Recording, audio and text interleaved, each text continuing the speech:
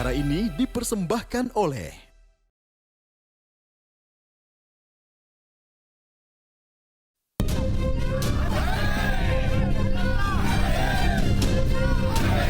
premanisme harus semakin susut bila perlu sampai nol, zero premanisme, dan kita tidak bisa melakukan kebijakan itu sekaligus hilang.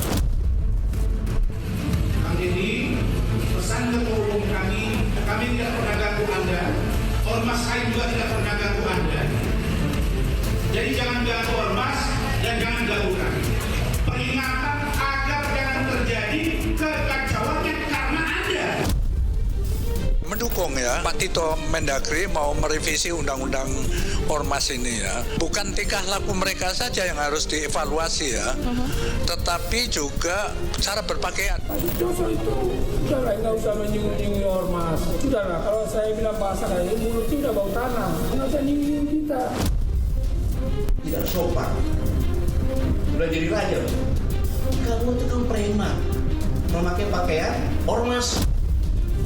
Hak daripada DPR juga untuk berhak untuk memanggil saudara Hercules. Jadi panggil beliau, saya pikir juga kita minta juga polisi, kenapa Anda? Orang mereka terbuka pakai pistol kok, dan para penegak hukum tidak berani. Tidak ada hujan, tidak ada angin. Tiba-tiba mereka muncul di Komisi 3 untuk mendesak Komisi 3 segera melakukan penangkapan. Kaget saya, kaget juga sih, kaget. Istri anak pun semua keluar kaget. Artinya ini semacam pengancaman ya. Presiden, pemerintah betul-betul resah, dan beberapa hari yang lalu beliau berkoordinasi dengan Jaksa Agung, berkoordinasi dengan Pak Kapolri untuk terutama pembinaan terhadap teman-teman ormas supaya tidak mengganggu iklim usaha dan mengganggu keamanan ketertiban masyarakat. Kalau memang ditemukan tindak-tindak pidana ya sanksi.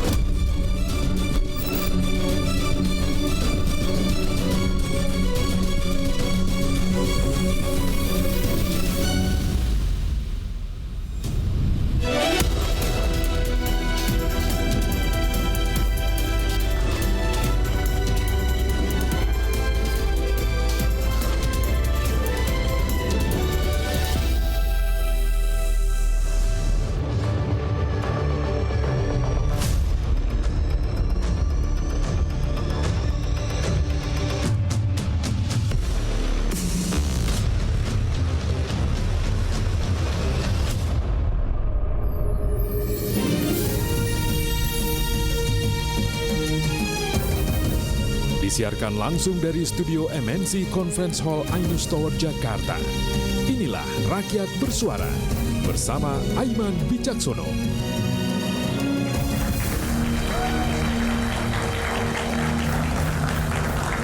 Dalam sejarah Indonesia, premanisme sudah ada sejak lama. Awalnya mereka dipakai penjajah Belanda untuk menekan para pribumi. Kini oknum yang katanya sering disebut preman dikatakan berlindung dalam organisasi massa atau ormas hingga lembaga swadaya masyarakat atau LSM. Salah satu yang sering disebut-sebut tadi kita dengarkan adalah Hercules yang kini muncul melalui bendera Gerakan Rakyat Indonesia Bersatu atau GRIP Jaya. Publik, tokoh militer, dan pengusaha geram dengan kehadirannya. Bisakah oknum ormas yang katanya, nanti kita konfirmasi di sini, sering membuat cemas, diberantas? Saya Aiman Wicaksono, inilah Rakyat Bersuara. Saya akan panggilkan satu persatu. Selamat datang kuasa hukum Hercules, Bung Sunan Kalijaga.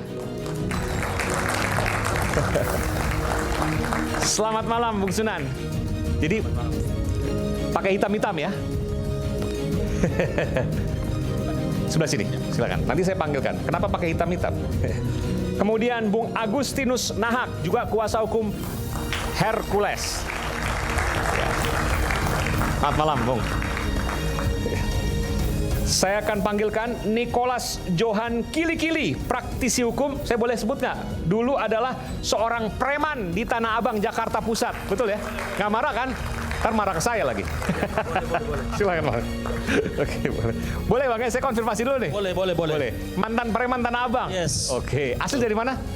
Maluku Barat Daya. Maluku Barat Daya. Pulau apa itu? Ya. Pulau Moa, Tiakur. Pulau Besar. Moa. Oke, baik. Selanjutnya ada tim advokat penegak hukum anti premanisme, Bung Rapen Sinaga.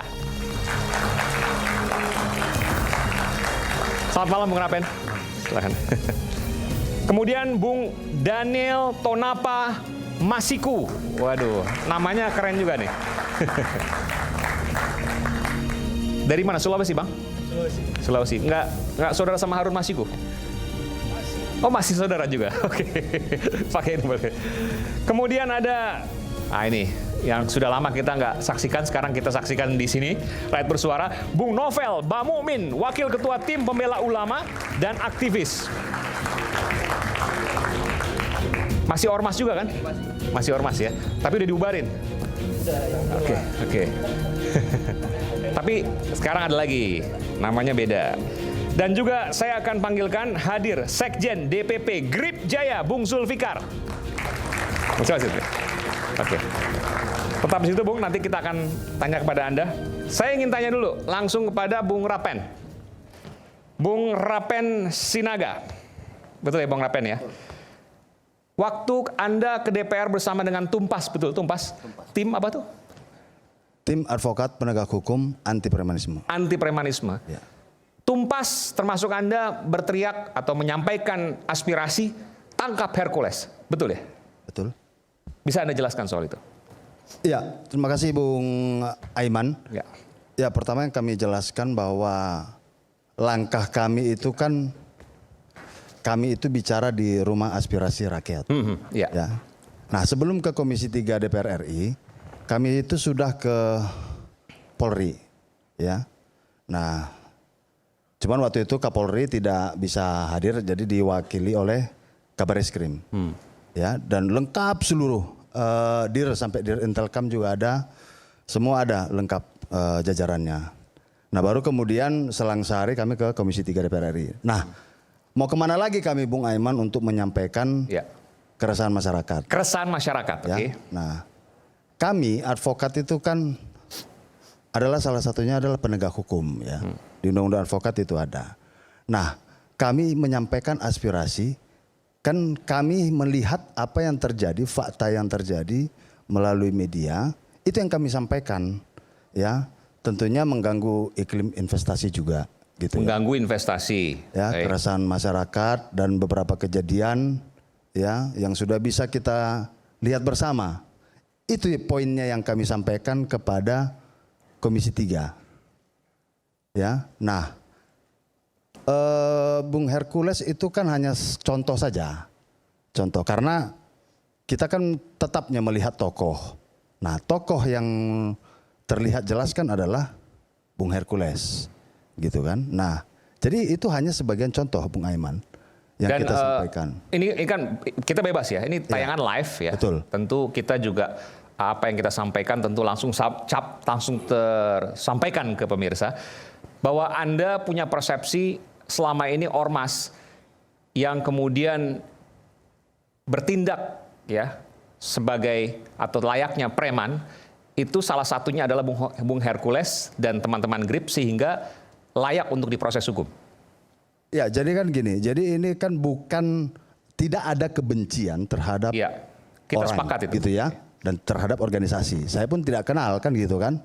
Nah, yang kita koreksikan adalah kelakuannya, misalnya perilaku. Misalnya di mana? Boleh nggak lebih detail?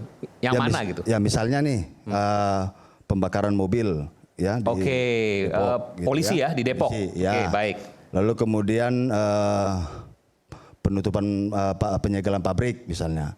Itu di Kalteng. Kalteng, Kalimantan Ya kan? Tengah. Nah, Oke. lalu kemudian Bung Hercules kan beberapa kali juga ada berseteru dengan purnawirawan jenderal. Ya. Misalnya ada kata-kata yang menurut kita tidak wajar lah gitu ya. Misalnya betul bau tanah misalnya. Bau tanah misalnya begitu-begitu kan tidak wajar lah. Itu kan tontonan ditonton publik itu. Nah, jadi perilaku itu sebetulnya yang kita mau sampaikan.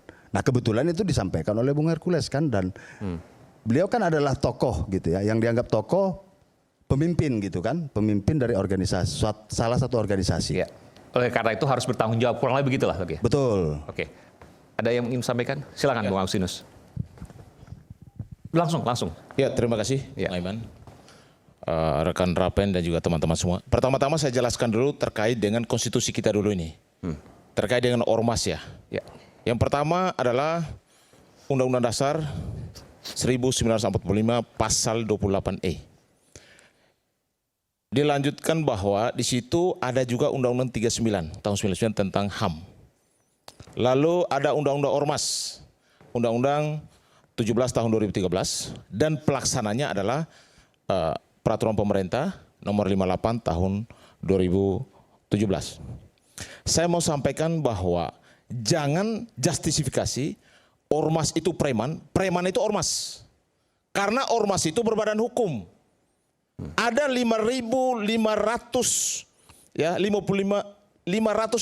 ribu setengah juta ormas di Republik ini. Kenapa ada ormas? Karena negara membuka ruang itu lewat Undang-Undang 13 tahun 2017, Undang-Undang Ormas.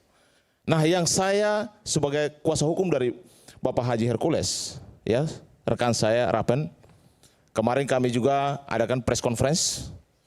Karena di sini kami mau sampaikan kepada saudara, pertama-tama kenapa Bung Hercules yang jadikan contoh? Anda mau tanya nih, silakan. Ya, sebentar, nanti itu nanti saya sampaikan. Yang kedua, saudara dengan terang benderang menyatakan tangkap Hercules. Saudara ini advokat kan? Harusnya kalau orang mau ditangkap, satu, ada dasar hukumnya. Legal standingnya ada dulu. Apakah yang pertama, saudara atau Bapak Haji Hercules pernah dilaporkan? Laporan yang mana? Tolongkan ditunjuk kepada kami. Yang kedua, apakah Bapak Haji Hercules sudah pernah ditetapkan sebagai tersangka? Yang ketiga, apakah pernah dipanggil dan tidak pernah datang dan harus ditangkap?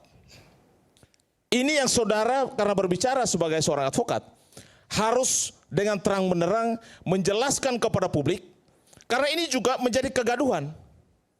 Statement rekan saya ini menjadi kegaduhan di publik karena seolah-olah Bapak Haji Hercules mau ditangkap.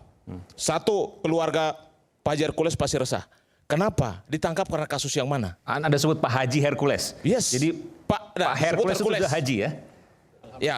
Alhamdulillah sudah haji. Oke. Syukur bahwa beliau sudah. Jadi kalau dikatakan Hercules adalah preman dan organisasi GRIP adalah preman, Anda menolak itu? Saya sangat tegas menolak itu. Alasannya? Alasannya harus dibedakan antara ormas dan preman. Ormas itu badan hukum. Karena Undang-Undang 13 tahun 2017. Di situ jelas tata caranya bagaimana sebuah ormas didirikan. Oke. Dan ormas juga bisa dibubarkan. Ada juga tata cara harus melewati putusan pengadilan. Kalau tadi misalnya pembakaran mobil polisi di Depok, penyegelan pabrik di Kalimantan. Saya mau sampaikan bahwa kenapa saya bilang ada oknum ya dan juga ada ormas. Di sini harus dibedakan. Yang melakukan tindakan kriminal, negara-negara hukum tangkap dan tahan, ada ranah penegak hukum. Ya, supaya ini jelas dulu ini, karena rekan saya ini berteriak-teriak di Komisi 3, ya, bahkan ada drama di sana.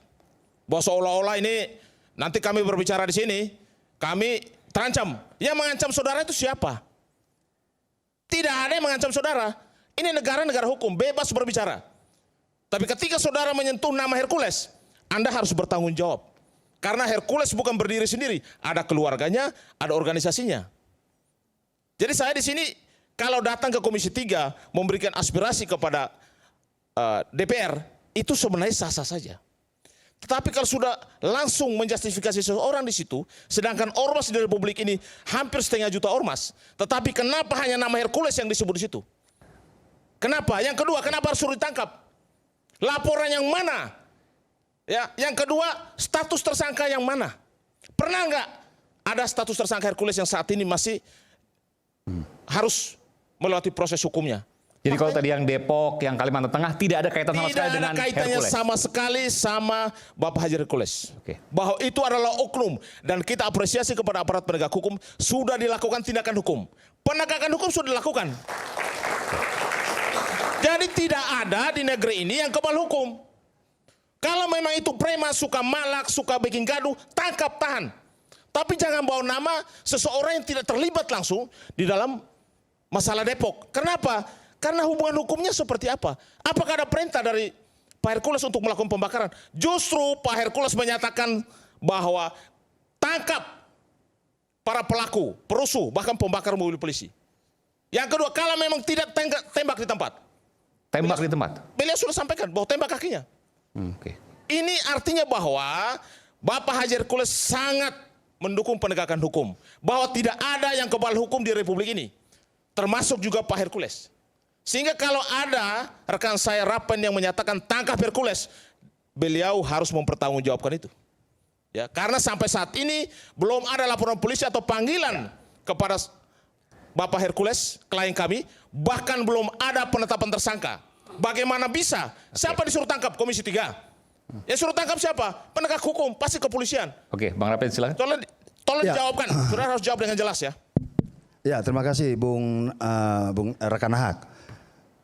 Ya, artinya kan justru memang karena di Komisi 3 itu kan tidak bisa menangkap. Ya kan? Kan itu kan aspirasi. Makanya kan sebelumnya kan kita sampaikan bahwa untuk memeriksa utuh semua kejadian. Artinya kan seperti rekan bilang kan tidak mungkin kita bilang tangkap ke DPR langsung tangkap, kan enggak. Saya bilang misalnya tangkap Bung Aiman misalnya gitu kan nggak mungkin juga. Coba tadi tanya dasarnya itu apa? Dasar saudara menyatakan tangkap. Kita kan orang hukum nih, kita advokat berbicara berdasarkan yang namanya dasar hukum. Menangkap itu apa? Ada laporan polisi, ada penetapan tersangka seorang Hercules, atau pernah dipanggil tidak pernah hadir. Nah gini, izin. Oke rekan, makasih rekan. Nah karena tadi rekan juga kan menyinggung soal undang-undang ormas, ya kan? Di undang-undang ormas itu kan juga ada. Ya kan rekan, bahwa di pasal 59 itu ya ormas itu kan harus menjaga ketertiban, tidak melakukan kekerasan. Nah tentunya kan dasar ini kan bisa dipakai untuk memeriksa misalnya apakah pihak-pihak mana yang terlibat. Kalau benar kata rekan tadi hanya segelintir orang yang terlibat, ya sudah gitu kan. Tapi kalau memang ada, artinya kan yang dilihat kan tentunya kan pimpinan, siapa tokohnya. Setiap organisasi pasti yang dilihat adalah tokohnya. Karena yang kita kenal, karena sebegitu kenalnya kan Bung Hercules, sehingga kita kan taunya kan Bung Hercules yang punya gerakan, yang punya namanya grip gitu kan. Dan beberapa kali juga Bung Hercules di beberapa video juga menyebut nama presiden gitu kan, nama presiden Pak Prabowo misalnya. Nah artinya kan apa? Nah dengan dia menyebut saja nama presiden, seolah-olah kan gambaran di publik bahwa Grip dan Bung Hercules itu kan di-backingi kan gitu, seolah-olah nih ya, seolah-olah. Nah kita kan nggak bisa, karena presiden itu kan milik semua. Nah ormas didirikan itu kan tujuannya untuk apa? Ya untuk mensejahterakan masyarakat dan juga untuk mewujudkan tujuan negara yang ada dalam Pancasila dan Undang-Undang Dasar 1945. Ya melindungi segenap bangsa dan seluruh tumpah darah Indonesia, lalu kemudian mewujudkan kesejahteraan, menciptakan perdamaian dunia, mencerdaskan itu Bung Aiman. Ini pertanyaan saya, saudara rekan saya belum jawab. Kenapa saudara berteriak tangkap Hercules? Landasan hukumnya apa dulu? Ini kita bicara sebagai orang advokat ya. Karena undang-undang advokat itu jelas bahwa kita salah satu penegak hukum. Maksud saya jangan sampai, karena apa yang saudara sampaikan itu menimbulkan kegaduhan. Bahkan keluarga Hercules pun kaget. Kok ada mau ditangkap? Kasus yang mana? Laporan polisi yang mana? Penetapan tersangka yang mana? Maksudnya biar dijelaskan dulu supaya publik ini jangan sampai dibuat ambigu bahwa benar Hercules mau ditangkap. Ini kan isu di bawah ini kan harus dijelaskan supaya jelas bahwa saat ini belum ada penetapan tersangka terhadap Hercules, belum ada panggilan polisi, bahkan saat ini belum ada laporan polisi. Apa saudara memegang laporan polisi nomor berapa? Apakah menetapkan sejak kapan? Apa pernah ada panggilan polisi? Ini maksud saya, kita sebagai orang hukum berbicara dasar hukumnya harus ada dulu supaya jangan membuat kegaduhan baru. Oke, jawabannya akan saya berikan kesempatan pada sisi kiri saya. Selepas jeda kami akan segera kembali saat lagi.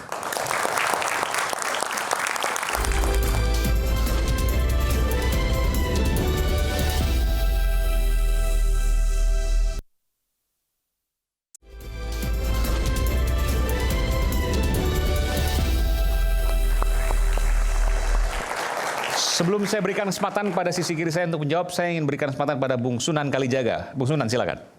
Assalamualaikum warahmatullahi wabarakatuh. Selamat malam semuanya. Warahmatullahi wabarakatuh. Pertama-tama saya ingin menjelaskan bahwa saya ditunjuk oleh Bapak Haji Hercules bukan untuk urusan yang tadi rekan bilang berurusan dengan purnawirawan. Karena perlu diketahui saya dengan para purnawirawan jenderal seperti Pak Sutrisno, Pak Trisutrisno ya, Pak Sutioso, Pak Hendro Priyono, beliau adalah abang-abang saya dan kebetulan bapak-bapak saya, di mana saya pernah dipercaya juga memegang partai PKPI, ya sebagai PLT Ketua Umum. Itu partai pemiliknya adalah Pak Trisutrisno. Sehingga pada saat kemarin saya dampingi Bapak Haji Hercules di kediaman, di mana sudah 17 tahun Pak Haji Hercules itu membuat acara santunan anak yatim dan pengajian tiap malam Jumat. Di situ juga kemarin saya mendampingi beliau untuk secara langsung di hadapan banyak media, wartawan, menyampaikan permohonan maafnya kepada Pak Sutioso. Ya, atas kehilafan ucapan lisannya. Beliau menyampaikan mohon maaf kepada Bapak Sutioso juga berserta anak dan cucu-cucunya. Artinya tadi juga saya mau menjawab rekan Rapen, tidak pernah ada seorang Haji Hercules klien kami itu menyebutkan bahwa Bapak Prabowo itu backing daripada organisasi GRIP. Maka saya mau meluruskan, justru saat ini Bung Hercules nggak pernah mengatakan itu. GRIP juga tidak pernah mengatakan itu. Tidak pernah. Justru saat ini di hadapan jutaan pemirsa malam ini yang menyatakan seolah-olah atau membangun opini publik pada malam ini jutaan pemirsa itu saudara Rapen. Bilang seolah-olah kayak di-backingi oleh Pak Prabowo Presiden itu nggak benar. Itu nggak benar, Bang. Ya. Abang kan juga sama advokatnya dengan saya, artinya saya mohon apa yang Anda sampaikan harus Anda bisa buktikan. Ya. Itu dasar sekali lah. Seorang advokat tuh apa yang disampaikan harus bisa dibuktikan. Anda mau mengkoreksi itu atau gimana, Bung Rapen? Silakan. Enggak, ini kan kita bicara hal yang serius soal nih. Saya melihat jangan-jangan mau dilaporkan nih. Silakan, Anda mau koreksi itu atau enggak? Soal yang mana nih? Yang bahwa GRIP itu gimana tadi? Tidak pernah saudara ya Haji Maun Hercules atau klien kami menyatakan Ormas GRIP di-backing oleh Pak Presiden Prabowo. Tidak pernah ada statement itu. Oke rekan, saya kan tidak bilang pernah ada statement itu. Nah, berarti Anda kan membangun opini publik malam tapi ini. Kan video yang ada ya kan bahwa hanya 2 orang yang bisa memerintah saya. Kan di video yang beredar. Itu Bang Hercules yang ngomong seperti itu. Bang Hercules pernah bilang begitu. Gimana? Ya, hanya ada 2 yang bisa memerintah saya. Ya, Pak Prabowo dan Gus Miftah saat itu. Pak Prabowo masih jadi Menhan. Nah, itu. Jadi tapi sekarang malam ini Anda menyampaikan di hadapan jutaan pemirsa kayak seolah-olah Anda membangun opini bahwa Hercules klien kami itu di-backing oleh Pak Presiden Prabowo gitu. Enggak Bang, kan saya tadi kan menjawab Bang Nahak. Artinya kan saya mau menjelaskan apa ya, yang artinya saya minta Anda cabut pernyataan seperti itu. Ya, sekarang di jutaan pemirsa nih jangan sampai nanti jadi hal yang berubah nih gitu loh. Tapi Anda mengatakan itu tadi. Kan seolah-olah, itu kan opini publik, opini kita kan seolah-olah kan misalnya nih ya. Kalau opini publik yang bicara itu publik, kalau di sini yang bicara Anda. Gitu loh, bukan publik, yang bicara Anda. Saya kan hanya menyampaikan ketika kami berangkat ke Bareskrim, ke Polri dan ke Komisi 3 kan dasarnya kan itu yang kami sampaikan.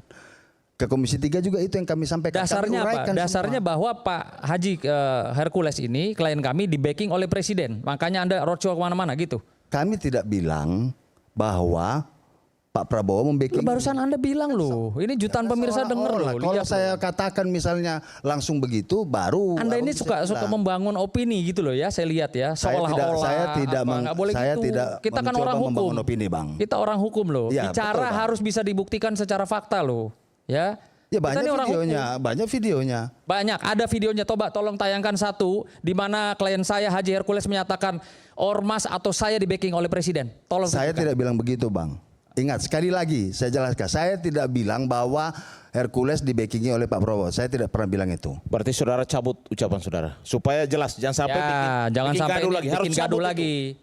Karena statement saudara yang menyatakan Pak Hercules atau Grip dibackingi sama Pak Prabowo sebagai tidak presiden. bilang begitu, Bang. Justru Jangan itu dicabut dipelintir, dulu Bang. pernyataannya. Ya, dicabut karena dulu ini kalau Bapak ini begitu. orang hukum loh. Cabut dulu pernyataannya.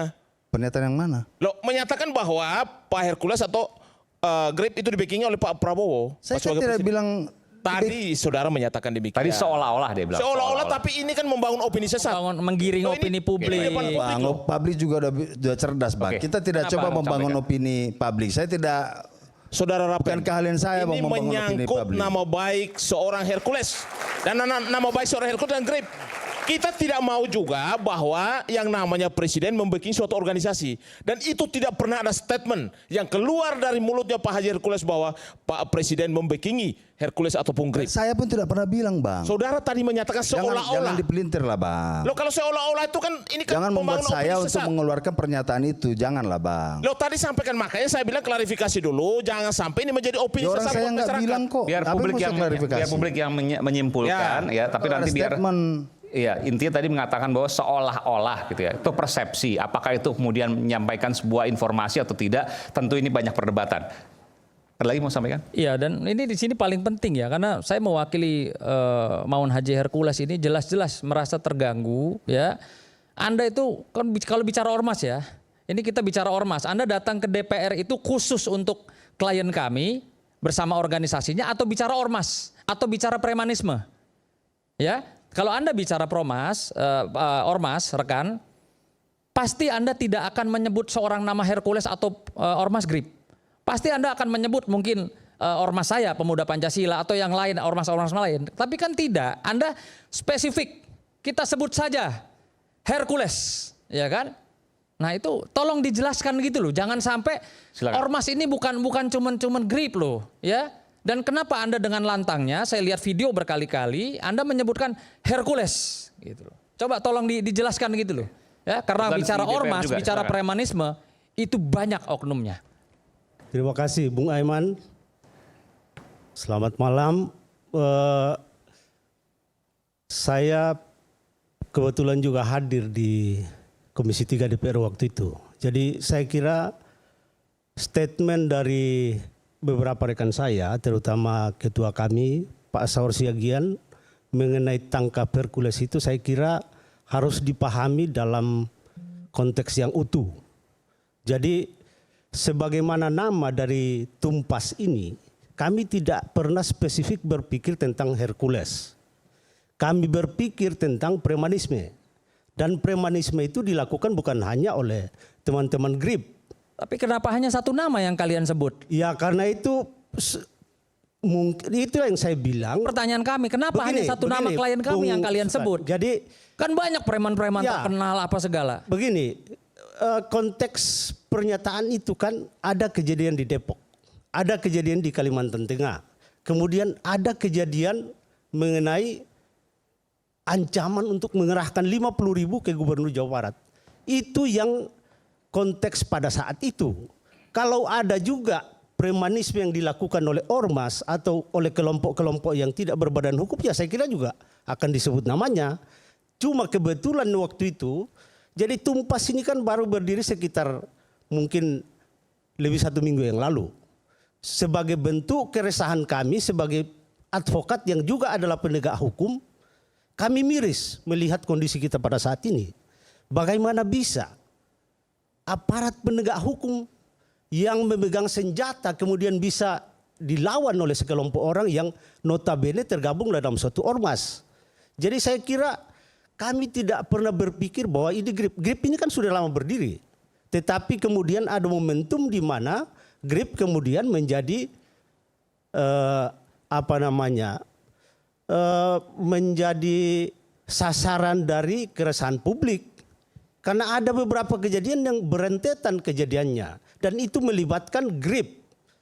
Kalau kita bicara Grip, ini kan organisasi. Kejadian berentetan dan melibatkan Grip. Ya betul. Tadi di Depok, ada kemudian Depok, ada pembakaran mobil Kalimantan Tengah, polisi. Kemudian ada kasus Jawa Barat. Jawa Barat akan menggeruduk Gubernur KDM. Gubernur KDM. Kang Deddy Mulyadi 50.000. 50.000. Dan Anda mempersepsikan itu atau publik bisa mempersepsikan itu sebagai ulah preman begitu. Bang Aiman, kan tindakan mohon maaf dulu ini kadang-kadang inilah kenapa persepsi seperti ini menjadi opini sesat di masyarakat. Bapak tahu bahasa yang didiskusikan di masyarakat, pengerahan massa apa untuk membuat anarkis atau apa sudah pernah terjadi? Tapi saya tanya kasus Depok itu apa melibatkan Pak Hercules? Kenapa saudara menyebut hanya nama Hercules di dalam Komisi 3? Apakah hanya bawa ranah Hercules saja di Komisi 3? Sebentar, sebelum jawab saya mau tanya. Bang Emen, biar dia jelasin dulu. Saya mau tanya yang karena ini sesuatu statement yang membuat kegaduhan di masyarakat. Saudara harus jelaskan terang benderang. Bertendensi fitnah. Ini tendensinya fitnah. Tendensinya fitnah terhadap klien kami. Silakan saudara komplain kepada media. Yang mengangkat nama GRIP itu adalah media. Bahwa yang melakukan pembakaran mobil adalah ketua GRIP Depok. GRIP sebagai organisasi yang bersifat nasional ada ketua umumnya. Dan kalau kejadian itu melibatkan beberapa ini kan harus diminta pertanggungjawaban ketua umum. Nah tadi kalau bicara tangkap, menangkap seseorang itu tidak berarti bahwa dia harus tersangka. Kan orang ditangkap dulu dalam waktu 1 kali 24 jam kalau tindak pidana umum, baru ditetapkan statusnya. Apakah dia tersangka atau Hercules memang tertangkap tangan melakukan kejahatan, mau ditangkap? Ya tidak juga. Lalu kenapa? Tapi kan ada rentetan kejadian di mana harus. Kalau bicara rentetan kejadian dan kalau kalian memang objektif datangnya ke DPR, objektif ya, saya bicara objektif. Pasti kalian akan mengangkat beberapa kasus-kasus yang terjadi berentetan, tidak hanya seorang Hercules atau bicara GRIP. Saya bukan anggota GRIP, jadi saya bukan bela GRIP di sini. Saya bicara hukum, kita sama-sama advokat, ya. Kalau memang kalian tidak ada tendensi kepada seorang klien kami Hercules atau organisasi yang dipimpin GRIP, kenapa kalian tidak kumpulkan bahan-bahan tidak hanya GRIP? Ada kejadian penodongan, pembegalan, pemerkosaan. Kenapa nggak itu diangkat juga? Kenapa hanya cuman GRIP dan Haji Hercules? Itu aja pertanyaan saya. Itu kita angkat juga, kan, Bang. ya. Termasuk GRIP apa yang ditampilkan oleh media itu kita angkat. Nah, kita menyampaikan kepada DPR tidak langsung tangkap, tidak ya. Artinya harus dimaknai secara utuh, Bang. Di luar kan jelas saudara bicara tangkap Hercules. Kenapa yang kita sampaikan? Tapi di dalam kan di komisi. Masa sekarang mau salahin media? Loh, bukan. Kita masa media salah? Di dalam itu kan banyak, Bang, kita sampaikan. Ya. Begini rekan, maksud saya, saudara tangkap. klarifikasi dari tadi itu belum pernah ada klarifikasi tangkap Hercules. Dasarnya apa dulu ini? Biar kita sama-sama orang hukum paham dulu. Menangkap seseorang apakah tertangkap tangan? Dia melakukan kejahatan. Begini Bung, itu yang tadi saya sampaikan bahwa pernyataan di Komisi 3 itu harus dipahami secara utuh. Bang Saur selaku ketua Tumpas jelas menyebutkan beberapa rentetan kasus. Ada video yang beredar di mana tapi Bang faktanya Hercules, di sini aja kalian hanya bicara soal Hercules dan GRIP, nggak bicara yang lain. Karena itu yang saya bilang momentum. Kita bicara momentum. Kami ini hadir baru belum sampai 10 hari yang lalu. Momentum atau pansos? Kami ini sejak dari momentum atau pansos, ini beda loh. Silakan saja itu kan silakan saja yang menanyakan tadi. Kalau enggak kita balik ke tema aja. Kita balik ke tema. Preman berkedok ormas. Maksud saya biar jelas dulu karena opini balik ke tema aja, Bung Aiman. Opini ini opini sesat dan ini sangat merugikan klien kami dan juga keluarganya.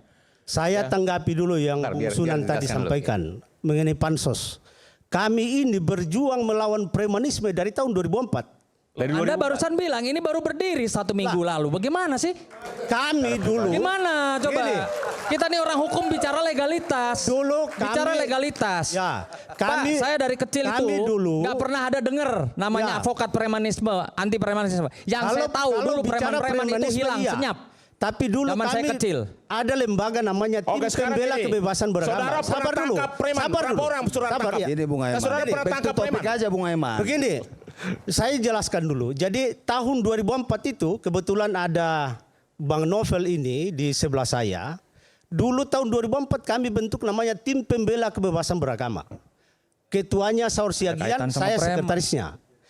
Kami berhadapan dengan mungkin rekan-rekan Bang Novel ya di lapangan di Jatimulya, di seluruh Indonesia. Kami berhadapan. Jadi kami tidak pansos. Dari dulu kami, ya memang semangat kami sebagai advokat yang tidak hanya sekedar mencari uang, tetapi kami juga berjuang untuk kebaikan negara ini. Jadi kalau bicara pansos, dari tahun 2004 kami sudah berjuang. Anda barusan bilang di hadapan jutaan pemirsa di sini, ya, karena baru kami 7 resah hari, dengan baru 1 minggu. Aksi-aksi premanisme. Ya intinya gini, kenapa yang disebut hanya klien kami, Pak? Lah, itu tadi saya bicara bahwa ini ada kita momentum. bicara hak ya. Ya, ada karena hak ini asasi ada manusia. momentum Kenapa hanya dalam disebut waktu- Hercules? Kenapa nggak sebut preman-preman lain atau Godfather atau misalnya gangster yang lain? Kenapa? Coba Bung sampaikan kira-kira kelompok preman atau ormas yang bertindak premanisme dalam jangka waktu sebulan, dalam rentang waktu sebulan belakangan ini. Kan Anda bilang dari 2004 ya. Lah, ya kan dari 2004 Anda dari harusnya tahu 2004 dong Bang. itu kami Abang harusnya tahu siapa-siapa saja kepala preman di Indonesia harusnya Anda tahu. Jadi kenapa cuma Haji Hercules? Kenapa gitu loh. Kalau tahun 2004 sampai detik ini pun di DPR maupun sekarang yang disebut cuma Hercules. Kenapa nggak berani nyebut yang lain? Karena Bang Hercules nggak berani itu nyebut yang lain. Nggak, pertanyaan saya nggak berani nyebut kepala ketum ormas lain, nggak berani. Nggak berani nyebut ketum ormas yang lain, nggak berani. Bukan tidak berani. Kalau berani. Berarti begini, Tumpas ini hanya khusus untuk Grip dan Hercules. Ya. Betul lah. Enggak, jangan begitu. Silakan. Enggak, jangan begitu narasinya, Bang. Enggak boleh juga gitu. Ya justru itu makanya saudara kalau bicara sini tentang ormas. Ormas itu ada 555 ormas. Begini di Republik ini. Kenapa Tumpas hanya bicara tentang Grip dan Hercules? Kami tidak anti ormas. Jadi kenapa tidak bicara ormas juga yang lain? Jadi kita bicara ormas atau bicara gimana nih? Namanya itu tim advokat penegak hukum anti premanisme, bukan anti ormas. Siapa yang preman sekarang itu pertanyaan. Apakah yang maksud preman itu adalah Grip atau bukan? Isu hangat kadang bikin penat, apalagi kalau kita tidak bisa mencerna dengan cermat. Jangan lupa secangkir kopi yang hangat dan nikmat untuk menemani kebersamaan dalam Rakyat Bersuara. Saya akan segera kembali.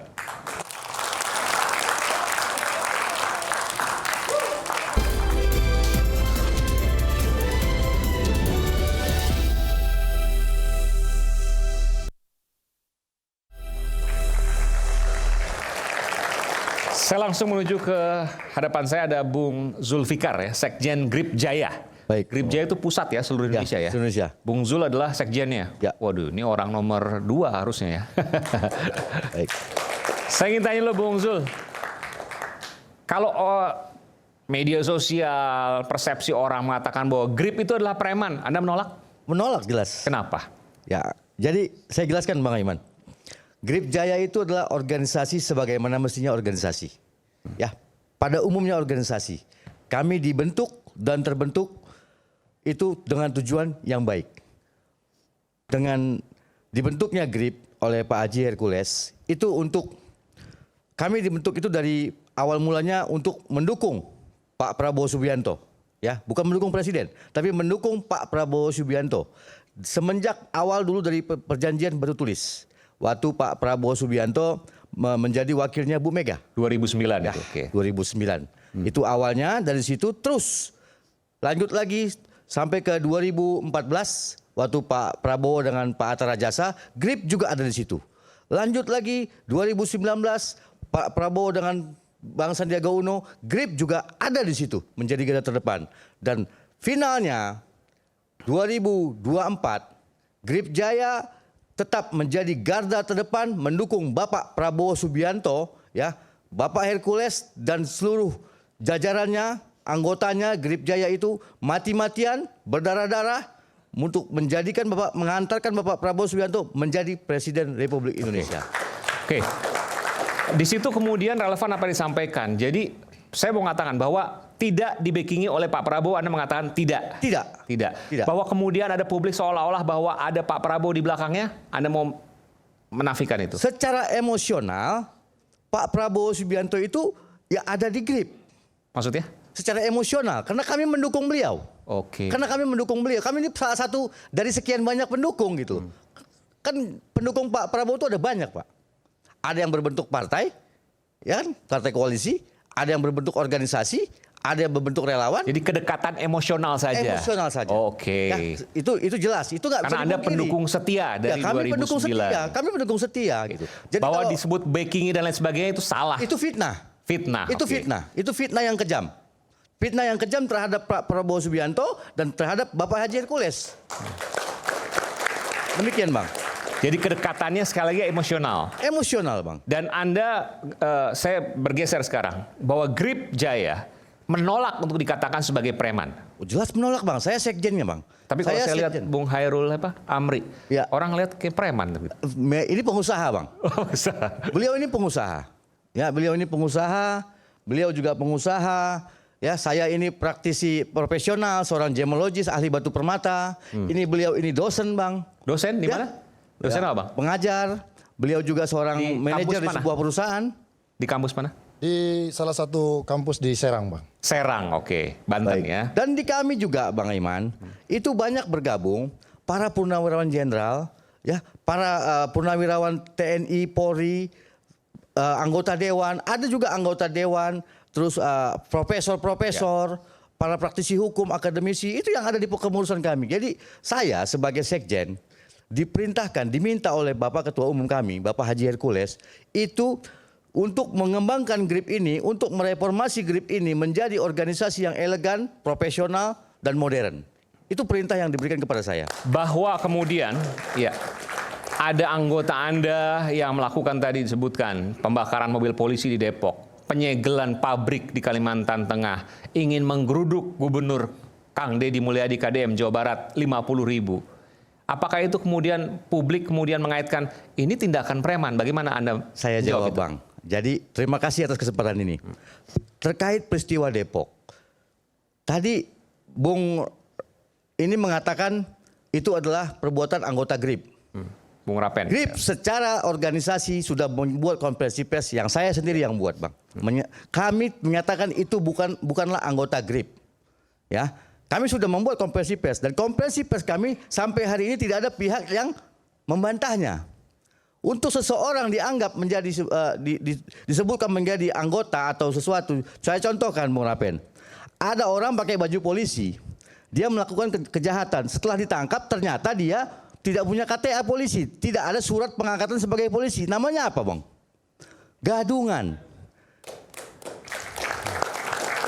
Dan saya sebagai sekjen memastikan, saya sudah ngecek ke Ketua DPD Jawa Barat, ya, saya sudah mengecek semuanya. Mereka tidak memiliki surat pengangkatan apapun. Mereka tidak memiliki KTA. Mereka itu baru berusaha mau memasuk ke dalam GRIP setelah mereka itu punya kasus. Setelah peristiwa mereka melakukan penembakan, ya, ada kasus penembakan di situ dengan soft gun, dengan peluru gotri. Yang di Depok kan? Yang di Depok. Setelah mereka mendapat panggilan polisi yang pertama, mereka ini awalnya berasal dari 2 ormas kesukuan, ya. Yang satu suku dari Sumatera, yang satu suku dari Jakarta. Lalu mereka berembuk. Kelompok ini berembuk, kita harus kemana ini untuk berlindung supaya kita nggak ketangkep. Mereka memilih untuk bergabung di GRIP. Lalu mereka berupaya. Setelah kejadian itu? Setelah kejadian. Kalau kemudian polisi menyampaikan bahwa itu Ketua GRIP Jaya Depok? Tapi kan akhirnya diklarifikasi. Ya, seseorang untuk, tadi saya ulangi lagi, Bang Iman. Seseorang untuk dianggap menjadi seorang anggota GRIP harus memiliki alat bukti.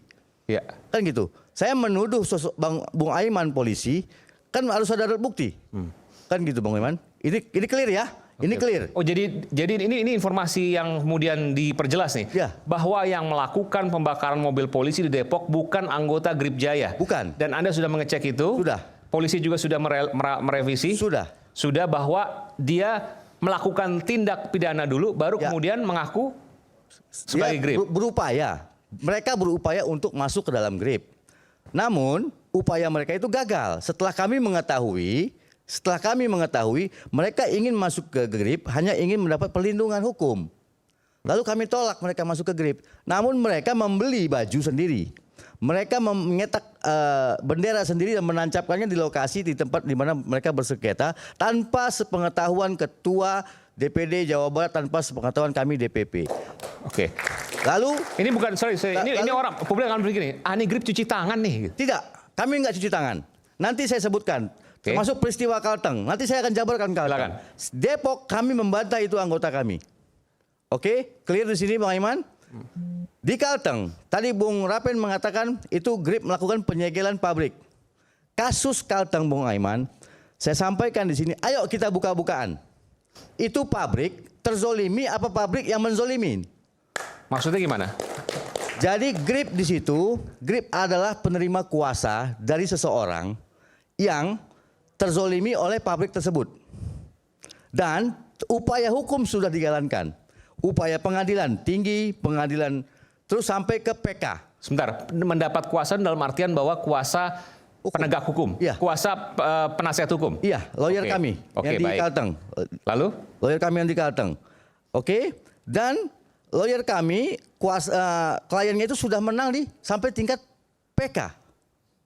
Itu kasus perdata. Kasus perdata tidak ada PK yang kedua. Dan demikian. Oke, jadi Grip di posisi membela orang yang terzolimin oleh pabrik tersebut, bukan Grip menzolimi pabrik tersebut, tapi framingnya seolah-olah Grip ini preman tanpa dasar menutup pabrik. Tidak. Yang nutup pabrik siapa? Ya kan tadi katanya Grip. Ternyata? Beliau tadi menyatakan. Ternyata? Tadi beliau. Ternyata tidak demikian. Bukan Grip yang menutup nyegel pabrik. Grip hanya memasang spanduk. Spanduk apa? Spanduk di situ bahwasanya pabrik ini disegel telah melakukan ya seperti yang di media. Bedanya tapi apa, Bang? faktanya pabrik itu tidak pernah tutup 1 detik pun, tidak pernah dikunci 1 detik dengan apapun oleh Grip. Tidak ada. Dan tidak ada intimidasi di sana. Tidak ada. Dan waktu pemasangan banner itu pun ada pendampingan dari pihak kepolisian. Ada pihak polisi yang mendampingi. Jadi bukan aksi premanisme, bukan. Bukan, itu aksi menuntut keadilan. Oke. Jadi tolong dibedakan aksi premanisme dengan aksi menuntut keadilan. Banyak Bang Aiman hari ini warga masyarakat yang terzolimin, yang mereka kemana-mana itu tidak ada yang membela Bang Aiman. Inilah fungsinya ormas, ya, yang di dalamnya ada lawyer-lawyer yang membela hak-hak masyarakat yang terzolimin. Grip itu selalu menjaga diri berada di posisi orang-orang yang terzolimi. Kami tidak pernah berada di posisi orang-orang yang menzolimin. Itu sudah harga mati dan itu pesan dari ketua umum kami. Bela masyarakat yang terzolimin. Itu pesan ketua umum kami. Itu jelas. Dan kami menantang, silakan buktikan kasus mana. Kalau kasus Depok, kasus yang kriminal-kriminal itu kasus kriminal, itu kasus biasa. Jangankan kami organisasi yang tidak dibiayai oleh negara. Toh, lembaga institusi yang dibiayai oleh negara saja seperti kepolisian, TNI, atau PNS masih tidak mampu menjaga anggotanya untuk tidak berlaku kriminal. Sering kita lihat ada polisi yang melakukan pelecehan seksual. Lalu kenapa Pak Kapolri nggak dipanggil? Kenapa beliau nggak teriak Pak Kapolri minta ditangkap? Pak Kapolri ditangkap, kenapa? Kenapa hari ini ada anggota Grip, oknum misalkan. Ada oknum anggota Grip yang ditangkap melakukan tindakan kriminal. Kenapa ketua umumnya dituntut untuk harus ditangkap? Kemana beliau waktu Ferdi Sambo melakukan kesalahan? Kenapa beliau nggak teriak Kapolri harus ditangkap? Ada apa? Kenapa dengan Grip gitu loh? Sepertinya lagi nyuting Grip ini, sepertinya. Oke. Ada apa gitu loh? Oke. Silakan nanti. Ya. Saya kira saya tegaskan kembali bahwa Tumpas ini bukan anti ormas. Kami anti premanisme. Nah, mengenai penjelasan Bung, sedikit saya potong Bung. Ya. Saya ingin belajar dari Bung ini. Makna premanisme itu tolong Bung jabarkan. Ada enggak kriteria premanisme yang telah ditetapkan oleh pihak kepolisian atau negara atau pemerintahan tentang seseorang untuk disebutkan premanisme? Tolong jabarkan sama saya Bung. Ya, saya kira kita inilah pemahaman secara umum bahwa premanisme itu main hakim sendiri. Itu abu-abu Bung. Di luar koridor hukum. Itu abu-abu Bung. Kriteria resmi Bung. Karena ini ada Satgas anti premanisme. Premanismenya itu harus ditegaskan dulu seperti apa. Apakah orangnya pakai anti? Silakan saja kalau persepsi Anda berbeda dengan kami ya. Bukan. Hari ini ada penegakan hukum yang memakai jargon abu-abu. Pakailah jargon Satgas Pembentukan Anti Kriminal. Itu lebih tepat ya, silakan Satgas Bung Pembentukan Sulfikar komplain kepada pemerintah hukum. karena itu kan institusi yang resmi dibentuk oleh pemerintah. Anda juga kan sedang membentuk itu. Lah itulah ya. Kalau kami memakai bahasa premanisme, kami memahami premanisme itu adalah tindakan yang di luar koridor hukum. Ya, berarti itu. Negara ini sekarang sedang ada agak memakai jargon yang abu-abu untuk menjustifikasi orang. Silakan. Berbahaya. Ini berbahaya. Nggak bisa. Bagi Anda itu abu-abu ya itu Anda penegak hukum. Kami tidak bisa. Tidak boleh main di ranah abu-abu. Ya, bermain itulah yang kami hukum pahami. itu bicara fakta. Itulah hukum yang itu bicara itulah yang kepastian. kami pahami. Jangan bicara abu-abu, nggak boleh. Nggak boleh. Preman itu kan perilaku, Bang. Kasihan. Perilaku atau tindakan. Artinya siapapun bisa melakukan. Ketika seseorang itu melakukan sesuatu tindakan kekerasan, ya itu dikategorikan preman. Itu namanya pelaku tindakan kekerasan. Jelas. Sekarang ada nggak dasar hukum premanisme? Enggak. Kita tidak berdebat di sana, Bang. Tuh, harus. Karena jargonnya kita ini sekarang premanisme. Kita bicara preman ini. Kita bicara jargon premanisme, Bang. Tapi begini, satu hal.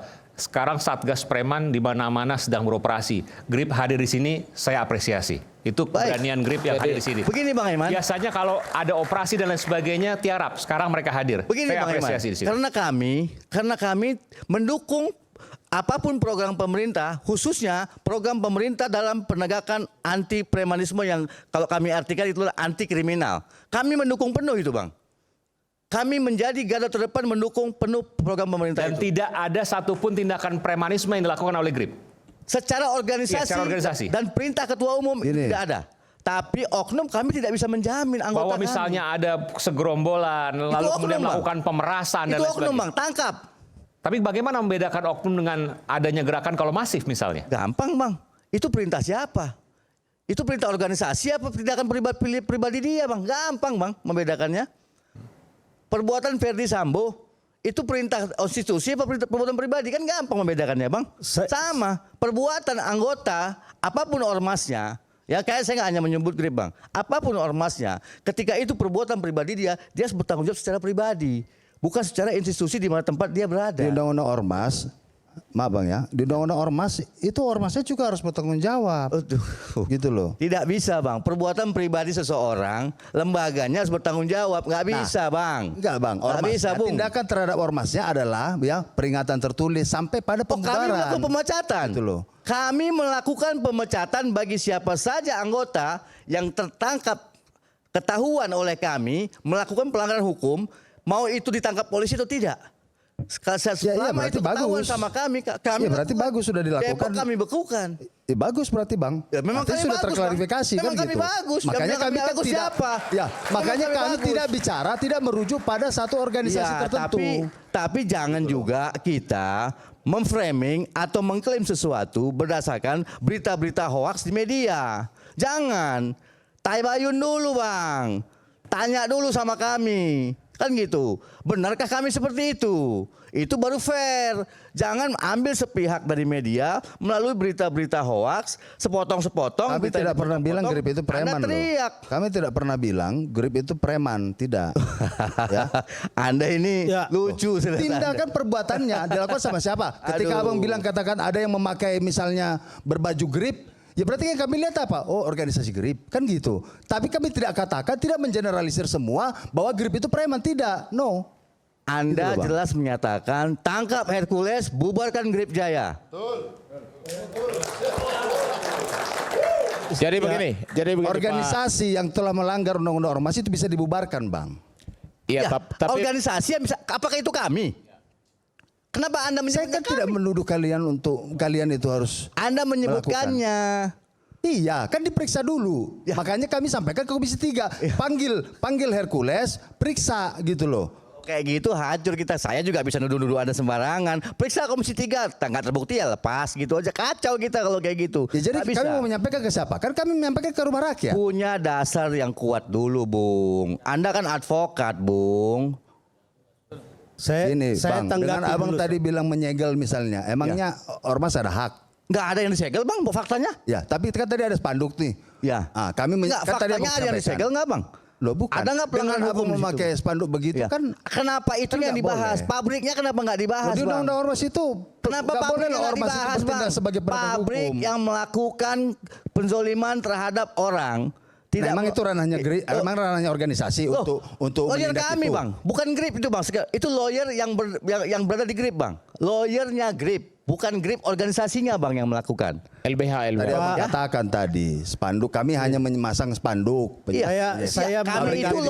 Kami itu di dalam kami itu banyak ada ini ya Bang, ada bagian hukum, ada bagian sosial. Bang, Abang sekjen. Tapi ketika Abang bisa katakan juga kami, kalau Abang misalnya organisasi Bang. Oh iya sih, iya memang iya. Kan? Lawyer kami. Saya kira tidak fair juga kalau misalnya ada anggota atau organ dari suatu ormas yang melakukan suatu pelanggaran lalu kita cuci tangan. Tetapi pada saat yang lain kita mengakui bahwa itu bagian dari organisasi. Nah, saya mau menanggapi tadi soal pabrik. Kan ada upaya hukum. Kalau sudah ingkrah putusannya, minta eksekusi dari pengadilan. Kalau misalnya pengadilan tidak melakukan eksekusi, ya silakan dilaporkan ininya. Kan ada bisa laporkan ke Bawas, bisa laporkan ke Komisi Yudisial. Kalau misalnya upaya-upaya itu sudah dilakukan, baru pengadilan tidak melakukan tugasnya, ya kan ada Anda bisa meminta untuk disita eksekusi ininya objeknya. Sudahlah, kita nggak usah bicara yang kecilnya. Lah, tadi kita kan Anda mengatakan kenapa bahwa kita ini berkutat, kenapa tidak bicara pabrik? Loh, itu jelas-jelas tindakan mengambil kewenangan pemerintah, tugas dan kewenangan penegak hukum diambil, itu adalah sebutkan tindak pidana. Kewenangan yang mana yang diambil? Tidak ada kewenangan yang diambil di situ. Tidak ada. Kalau memasang segel, apakah itu bukan mengambil alih yang mana yang dipasang? Tidak ada pemasangan segel di situ. Tadi Anda mengatakan memasang segel meskipun didampingi polisi. Saya mengatakan tidak ada pintu atau apapun yang disegel. Tidak ada tidak ada spanduk. Bilang memasang segel, memasang segel. Hanya spanduk. Silakan dibuktikan. Makanya silakan dibuktikan. Kalau memasang spanduk, apakah itu kewenangan dari ini? Tidak, itu aspirasi, Bung. Banyak orang demo pasang spanduk di gedung DPR nggak ada masalah, Bung. Nggak ada masalah, Bung. Aspirasi suara rakyat, Bung. Rakyat yang terzolimin memasang spanduk di pinggir jalan, boleh, Bung. Lah, faktanya kenapa, Bung? Itu statement dari Kapolda ya. Statement dari Kapolda yang menyatakan bahwa Kalteng ini bukan kekuasaan ormas. Itu statement dari Kapolda Kalteng. Silakan Anda membantah. Saya tidak membantah Kapolda, saya membantah Anda. Mengatakan hoax, saya membantah Anda. Saya berbicara sama Anda, saya tidak bicara dengan Kapolda. Kita menonton Kompas TV dan yang lainnya dikatakan hoax. Kalau hoax silakan dilaporkan, kan itu tindak pidana. Ya, kalian lapor dong. Lah, masa kami yang lapor, kan Anda yang mengatakan hoax. Kami percaya kalau News TV pasti valid sumbernya, Kompas TV pasti valid sumbernya. Jadi kalau Anda yang mengatakan hoax, ya Anda yang harus melaporkan. Oke, kita kembali saat lagi, tetap bersama kami di Rakyat Bersuara.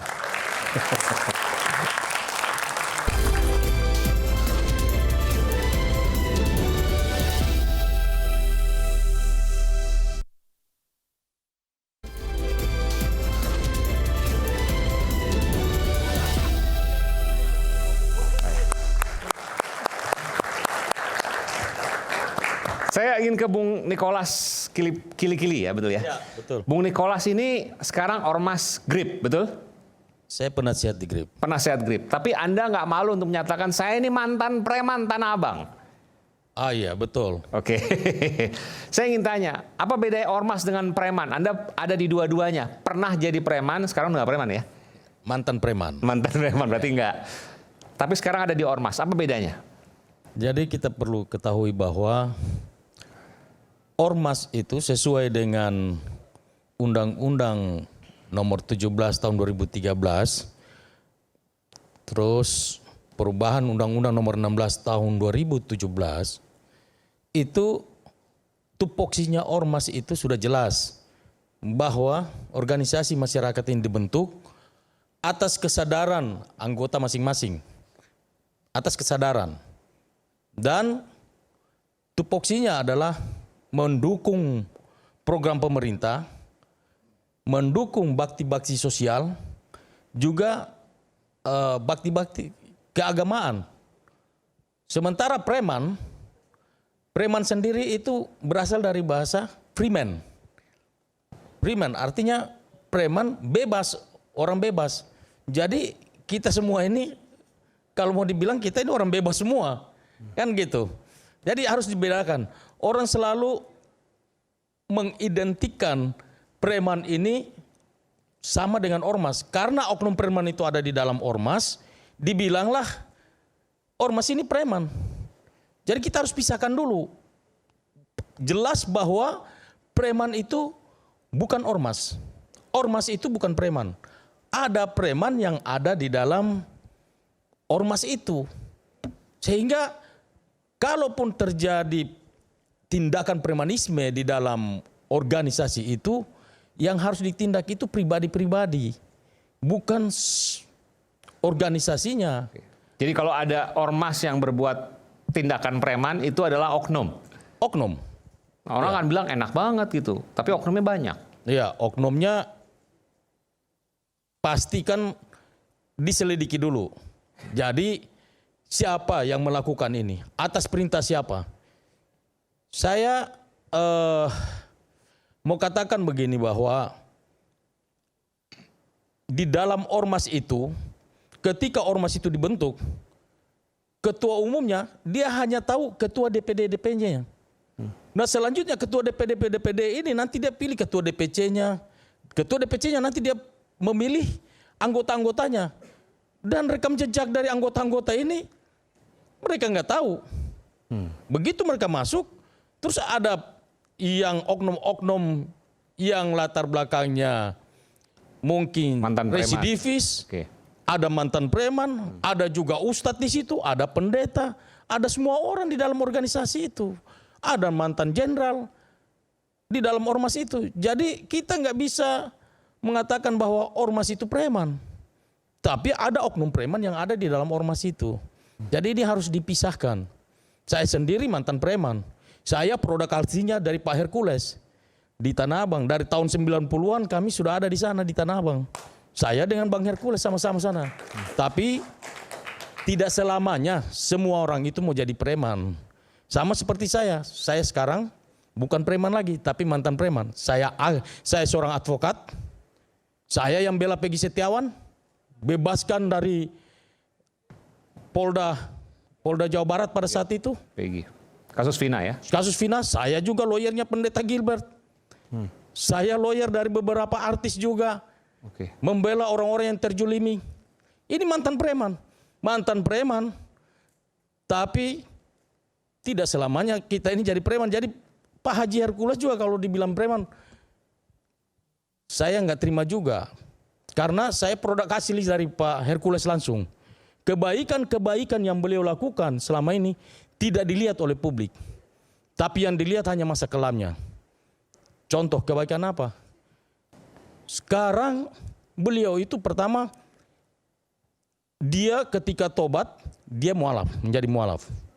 Setelah menjadi mualaf, dia naik haji. Ya. Begitu dia naik haji, dia bukan bawa 1-2 orang, dia bawa ada yang 40 orang, berangkat lagi bawa 100 orang, berangkat lagi ratusan orang. Nah, teman-teman yang selalu menjustifikasi Bang Hercules ini pernah nggak bawa orang ratusan orang ke berangkat haji? Teman-teman yang menjustifikasi Bang Hercules ini preman, pernah nggak kasih makan yatim piatu tiap hari Kamis? Saya ini suka jadi korbannya. Ada, tolong transfer 25 juta, tolong transfer 50 juta. Ini untuk anak yatim piatu. Ini sudah berjalan 17 tahun Bang Aiman. Dalam bakti-bakti sosial, kalau ada gempa bumi, ada bencana alam banjir, ada kebakaran, Bang Hercules sudah dengan gripnya sudah ada di sana. Nah, apakah itu preman yang datang ke sana bagi-bagi sembako dan sebagainya? Coba saya mau tanya begini, dengan segala kebaikan tentu ini menjadi sebuah apresiasi terhadap Bung Hercules, Pak Haji Hercules ya. Tapi bahwa ada masa lalu pernah di penjara, lalu kemudian ketika ada konflik tanah kemudian dihubungi, mindset itu, pikiran itu yang kemudian muncul di tengah publik ya. Tentu nggak semua, sebagian publik menyatakan bahwa iya, Hercules adalah preman. Bagaimana Anda menjawab itu? Kalau bagi saya mantan preman iya. Mantan preman iya? Iya. Oke. Tapi kalau dibilang preman itu saya rasa itu tidak tepat.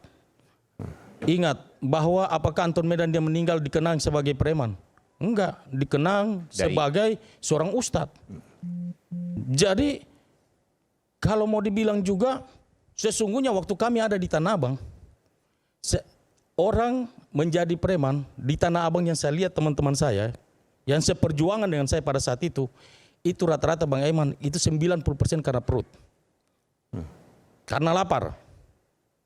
Nah di sini saya mau mencoba, mau melalui rakyat bersuara ini, saya mau mengkritisi dalam hal ini pemerintah, ya, yang saat ini sedang membuat Satgas berantas preman, ya, preman boleh diberantas.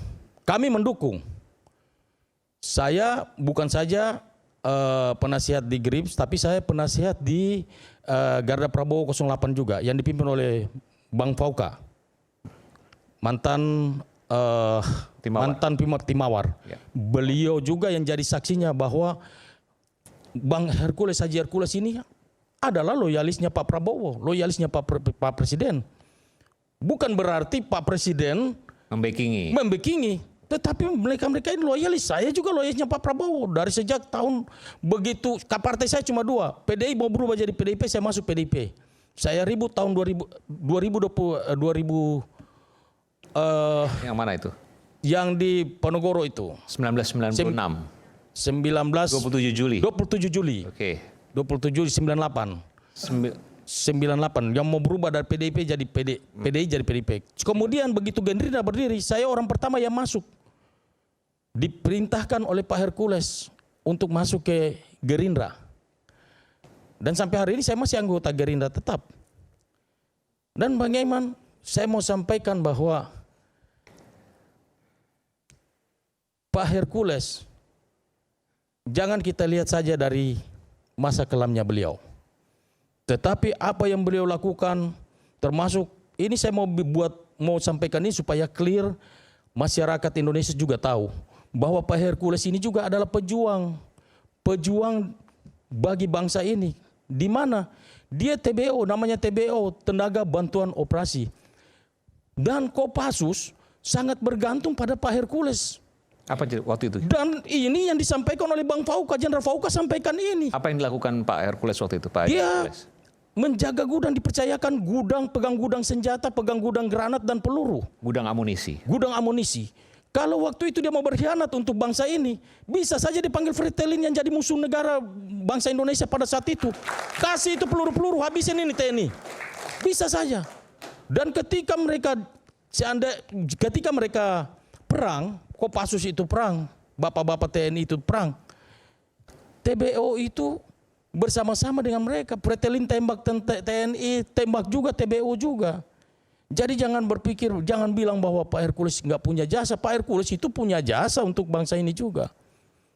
Bahkan beliau biasa yang saya mau sampaikan kepada rekan ya, bahwa Bang Hercules ya dalam pidato-pidatonya dia tidak pernah bilang bahwa Pak Prabowo itu membekingi GRIP, tapi dia mengatakan bahwa secara emosional dia dekat dengan Pak Prabowo karena memang dia loyalisnya Pak Prabowo.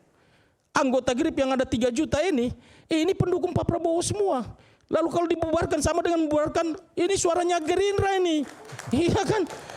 Bukan berarti kita mau bilang begini supaya mau mengatakan bahwa GRIP ini dibekingi oleh Pak Prabowo atau dibekingi oleh petinggi-petinggi Gerindra, nggak ada. 1 rupiah pun Gerindra tidak pernah kasih uang untuk perjuangan Pak Prabowo menjadi presiden.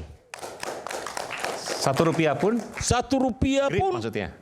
Gerindra maupun Pak Prabowo tidak pernah kasih buat GRIP. Oke. Memenangkan Pak Prabowo jadi presiden. Dari 2009 sampai sekarang itu keluar kantong pribadi. Saya juga keluar kantong pribadi juga. Gitu. Jadi teman-teman, rekan-rekan, kalau tidak paham sampai ke dalam, tolong juga jangan menjustis. Termasuk preman. Preman itu juga manusia. Boleh kita mendukung untuk memberantas, tapi pemerintah tolong berikan lapangan pekerjaan buat mereka. Karena kalau tidak diberikan lapangan pekerjaan buat mereka, ingat, orang lapar itu lebih berani daripada polisi dan tentara. Patah tumbuh hilang berganti. Cari solusi. Berikan mereka pekerjaan. Bang Aiman, saya mantan preman. Saya tobat, saya aktif di dunia, saya aktif juga di kerohanian. Selain sebagai seorang advokat, saya juga aktif di kerohanian. Begitu saya tobat, saya layani teman-teman saya yang di dunia gangster. Yang Muslim saya suruh sholat 5 waktu, yang Kristen saya suruh ke gereja. Dan saya kasih makan mereka ribuan orang, Bang Aiman. Sampai hari ini? Sampai hari ini. Saya punya anak, mantan preman Tanah Abang, anaknya kuliah S1, S2 di Inggris dan lulus cum laude, Bang Aiman. Ini bukan anak, maksudnya anggota? Anak saya, anak kandung saya. Anak kandung gimana? Anak kandung preman saya, juga? mantan preman, saya bilang mantan preman Tanah Abang ini, anaknya bisa kuliah di London. Yeah. Kampus apa itu? Universitas LSI. London School Economic ya. Oh, London School of Economics. Ya, jadi luar biasa itu. Bang Hercules, 4 anaknya kalau dia profesionalisme masih tetap di preman, dia melihat bahwa di dalam preman itu menjanjikan, pasti 4 anaknya disuruh jadi preman semua. Ternyata sekarang anaknya kan di luar negeri semua, kuliah di luar negeri semua juga. Anaknya Pak Haji Hercules di luar negeri semua, kuliah di luar negeri semua. Di negara mana aja itu? 1 di Amerika sudah lulus, yang 1 di Inggris, 2 di Australia. Nah, jadi jangan kita menjustis orang bahwa terus dia berlabel preman. Pak Haji Hercules itu bukan preman lagi. Kalau mantan preman iya. Tapi kalau dibilang preman terus, enggak, bukan preman. Jadi kemarin juga saya melihat salah satu yang saya mau kritisi terhadap si siapa? Bang Saur Siagian itu. Tentang mengatakan bahwa itu ada brimob, lihat-lihat begitu, tunjuk-tunjuk dan sebagainya. Termasuk ada orang, saya enggak makan orang. Harus tahu. Konteksnya harus tahu. Anda tadi rekan bilang bahwa harus tahu secara menyeluruh. Jadi jangan hanya teriak-teriak di media, ini maksudnya apa? Salah satunya, itu tahu, udah putusan Mahkamah Agung ingkrah, lalu Brimob datang bawa laras panjang, terus mau usir orang-orang yang sudah duduki tanah itu, yang sudah ingkrah, yang ahli waris punya tanah, yang dikasih kuasa di situ, terus bolehkah Brimob mengeksekusi tanah? Bisa hanya mendampingi atas permintaan pengadilan. Seperti itu. Jadi jangan cuma main teriak-teriak, asal teriak-teriak aja gitu. Kita kan hukum positif itu tidak mengenal asumsi. Jadi kalau mau teriak itu harus ada bukti dulu. Harus tahu yang sebenarnya. Jangan terus menjustis, terus teriak-teriak. Tangkap Hercules, bubarkan Grip. Itu kan nggak baik. Oke, baik. Kita berikan tangan untuk Bung Nicholas Kili-Kili. Kita akan balik saat lagi, tetaplah bersama kami di Rakyat Bersuara.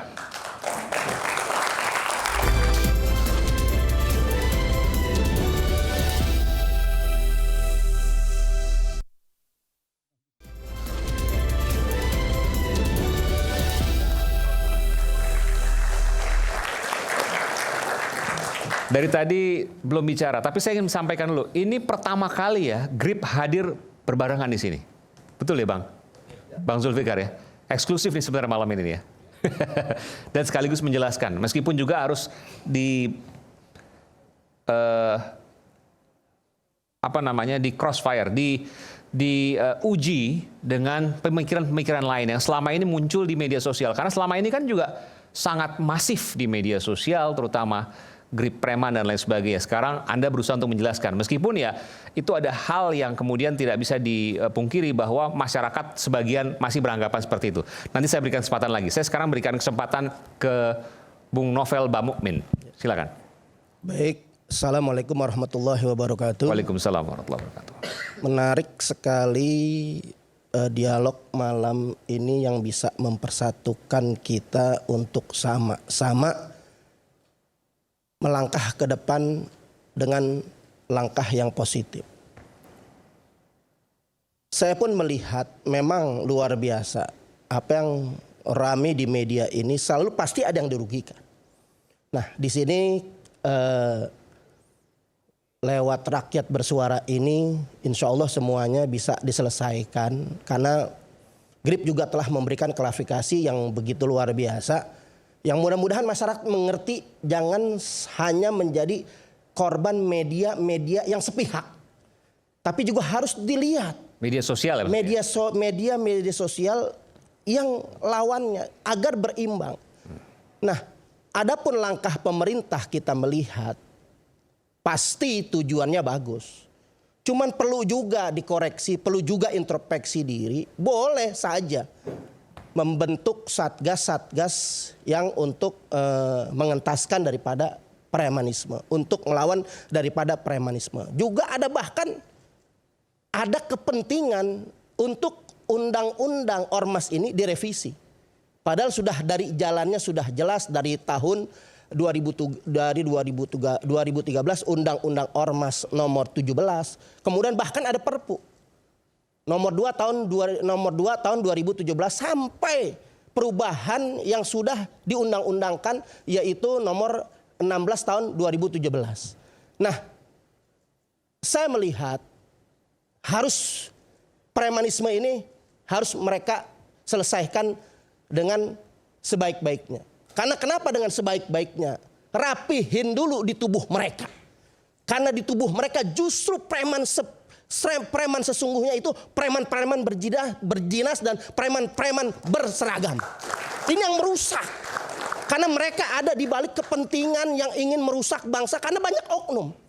Jangan dipercaya itu yang berseragam. Begitu juga ada preman-preman politik.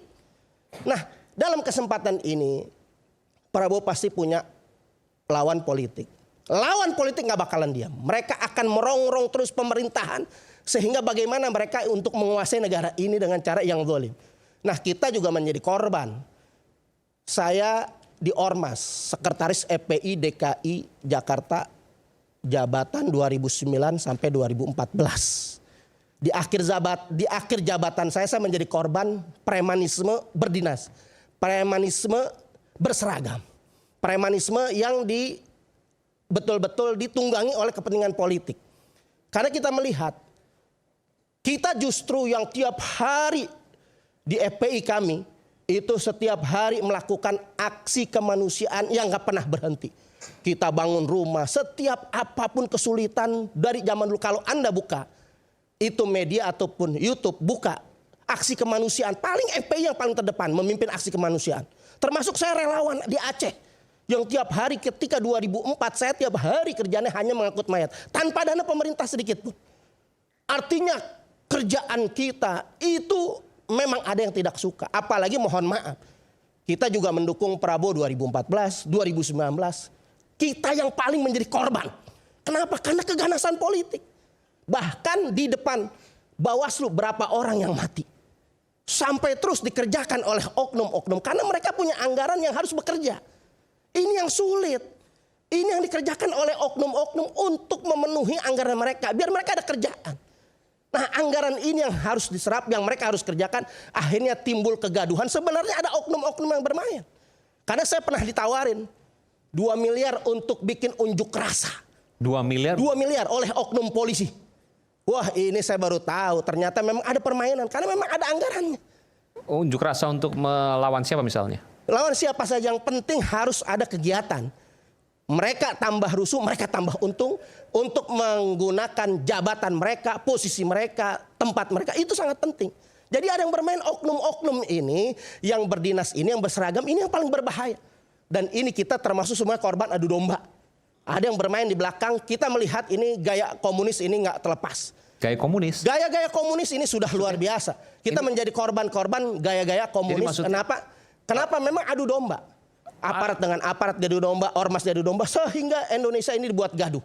Sehingga ketika kita dakwah saja, ada ormas-ormas yang bermain atas nama keagamaan, atas nama-nama tokoh tertentu itu bisa mengusir seorang ustadz, bisa mengusir seorang habaib yang lagi berdakwah. Sebentar. Ini muncul lagi istilah ini. Ya. Jadi Anda menilai bahwa pembubaran FPI itu karena ada kekuatan komunisme waktu itu? Iya, karena biar bagaimanapun ini kita nggak bisa lepas. Termasuk juga apa yang kemudian sekarang sedang melakukan misalnya operasi pembusukan GRIP misalnya? Bisa terjadi seperti itu, karena memang kita apa tujuannya? Bukankah komunis sudah Ya tentu tidak ada yang mati ya, secara ideologi. di atas meja memang sudah tidak ada. Tapi Dan gerakan mereka ideologi tidak berjalan. pernah ada yang mati. Tapi maksud saya, apakah masih relevan berbicara komunisme sekarang? Oh, sangat berrelevan Tiongkok karena komunis itu tampil bicara bahkan soal masuk ke DPR kapitalisme. tampil. RUU HIP itu produk komunis. Gimana? RUU HIP kemarin itu produk komunis. HIP. Haluan ideologi Pancasila itu produk komunis. Yang memang Pancasila ketuhanan ini yang akan dilumpuhkan, akan dihabisi. Nah, mereka nggak bakalan diam. Ada orang-orang yang merongrong negara ini yang memang kita nggak sadar kita menjadi korban adu domba. Yang mereka memainkan media, yang mereka memainkan daripada apa yang mereka kerjakan ini memang kita menjadi target untuk terus Indonesia dibuat gaduh. Apalagi kita melihat ada merongrong pemerintahan Prabowo yang memang ketika itu kita sudah nggak kaget, kita udah menjadi korban. Bahkan sampai kilometer 50 apa yang disampaikan oleh Sambo, ini memang kerjaan ternyata yang paling dahsyat. Preman berdinas adalah Sambo. Itu sudah jelas. Nah, kita mau sekarang ini bersihkan dulu di instansi pemerintahan ini oknum-oknum preman berdinas, oknum-oknum preman berseragam ini untuk dibersihkan. Kalau itu sudah bersih, boleh bersihkan preman-preman mungkin yang mereka anggap preman ini dibersihkan. Nah, produk-produk seperti ini nggak bakalan selesai sebelum Indonesia hancur, sebelum Indonesia digenggam tangan komunis. Itu mungkin yang bisa sampai hari ini Anda melihat itu. Sampai hari ini itu nggak pernah berhenti. Apa tanda-tandanya menurut Anda? Jadi kita melihat tanda-tandanya ini memang luar biasa. Untuk kemarin memang mereka gagal mengganti Pancasila karena kita ini semuanya dipersatukan. Hercules, Bang Haji Hercules itu menjunjung tinggi nilai Pancasila, unsur ketuhanan jalan dan nggak pernah berseberangan dengan apa yang kita perjuangkan untuk melawan penista agama. Nah, kelompok-kelompok ini, orang-orang ini yang merongrong pemerintah Indonesia, yang pasti mereka ingin meruntuhkan daripada unsur-unsur ketuhanan yang memang saat ini kita masih berpegang teguh dari Pancasila. Kalau Pancasila sudah hancur, mereka akan leluasa menghancurkan negara ini. Karena kita ini penganut Pancasila, kita taat Pancasila, kita semuanya dipersatukan oleh Pancasila. Mereka akan hancurkan itu Pancasila. Terima kasih. Pancasila. Oke. Baik, kita akan kembali saat lagi. Tetaplah bersama kami di Rakyat Bersuara.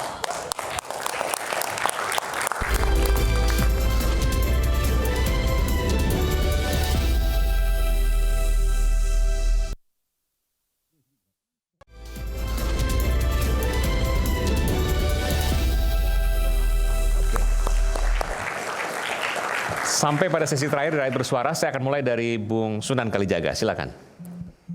Ya, yang pasti melihat kegaduhan terkait dengan ormas lah, premanisme lah, itu semua tidak lepas daripada bagaimana kita ya ingin supaya Indonesia ini bersatu, ya tidak terpecah belah.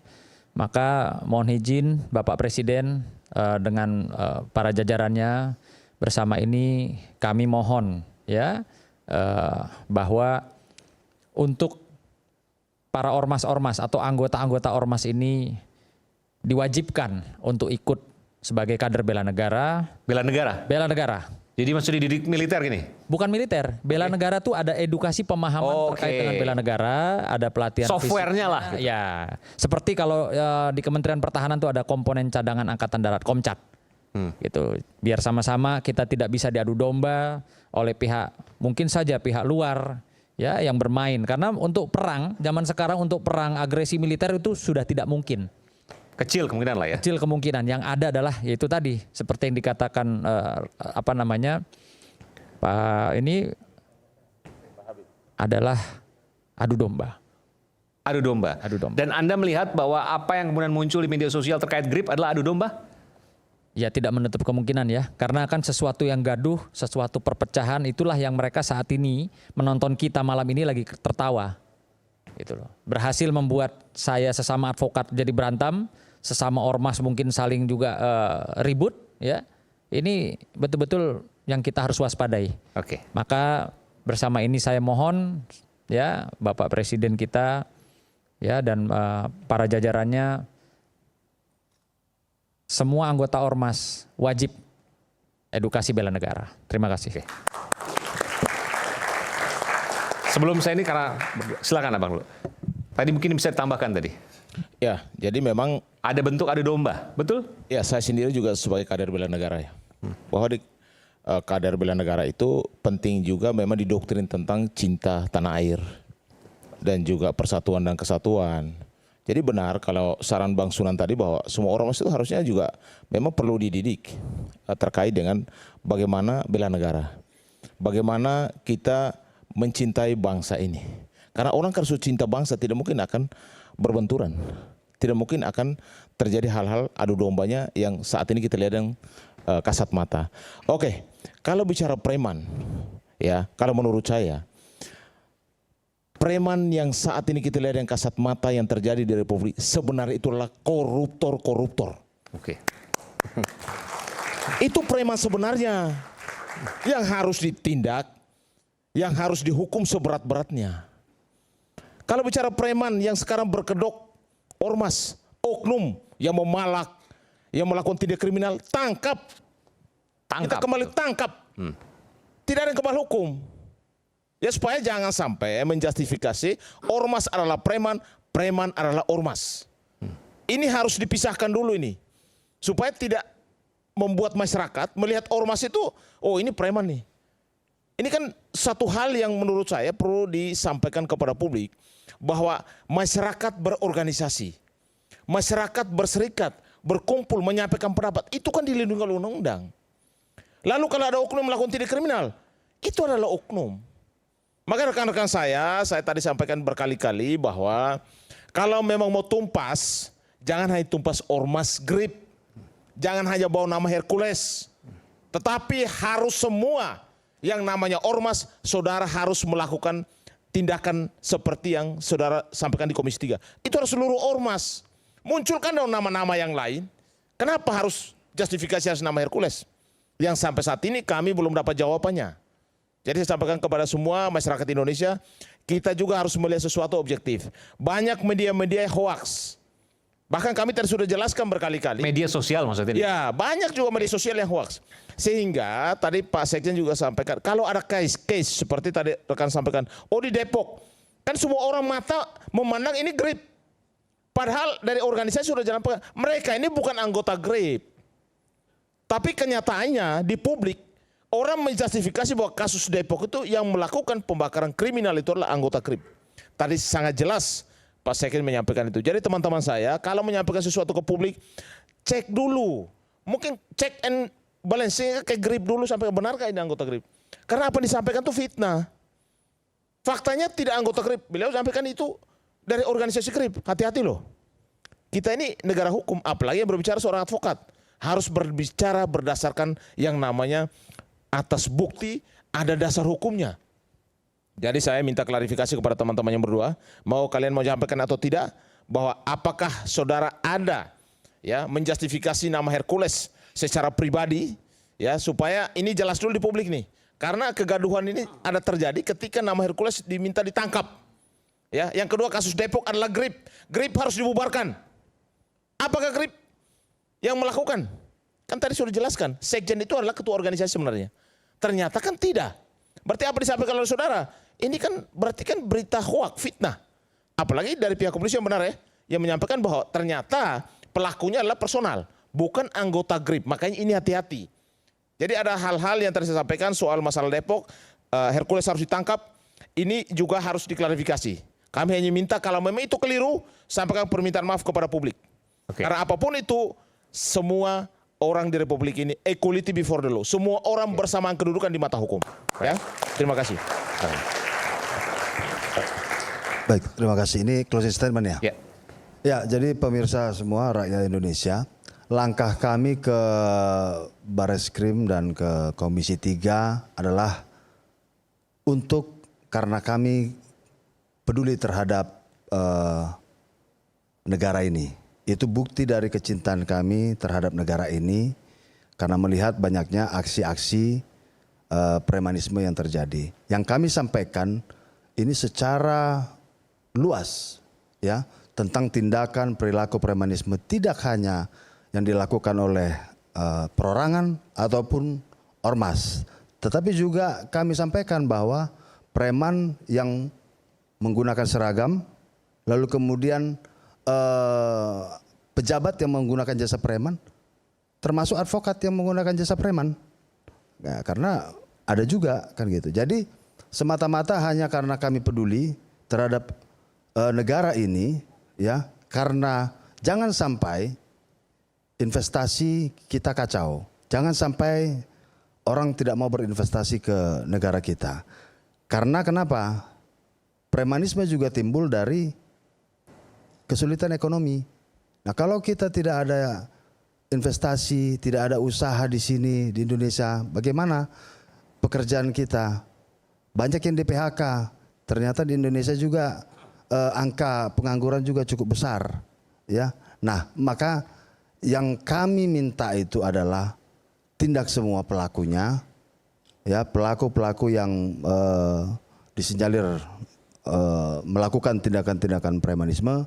Itu yang kami minta supaya tidak mengganggu iklim investasi. Kalau tidak ada investasi, kita juga yang susah.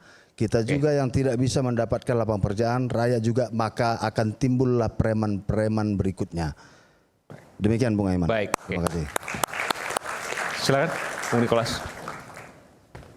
Ya, saya dalam kesempatan ini, dalam closing statement ini, saya ingin mengajak pemerintah sah-sah saja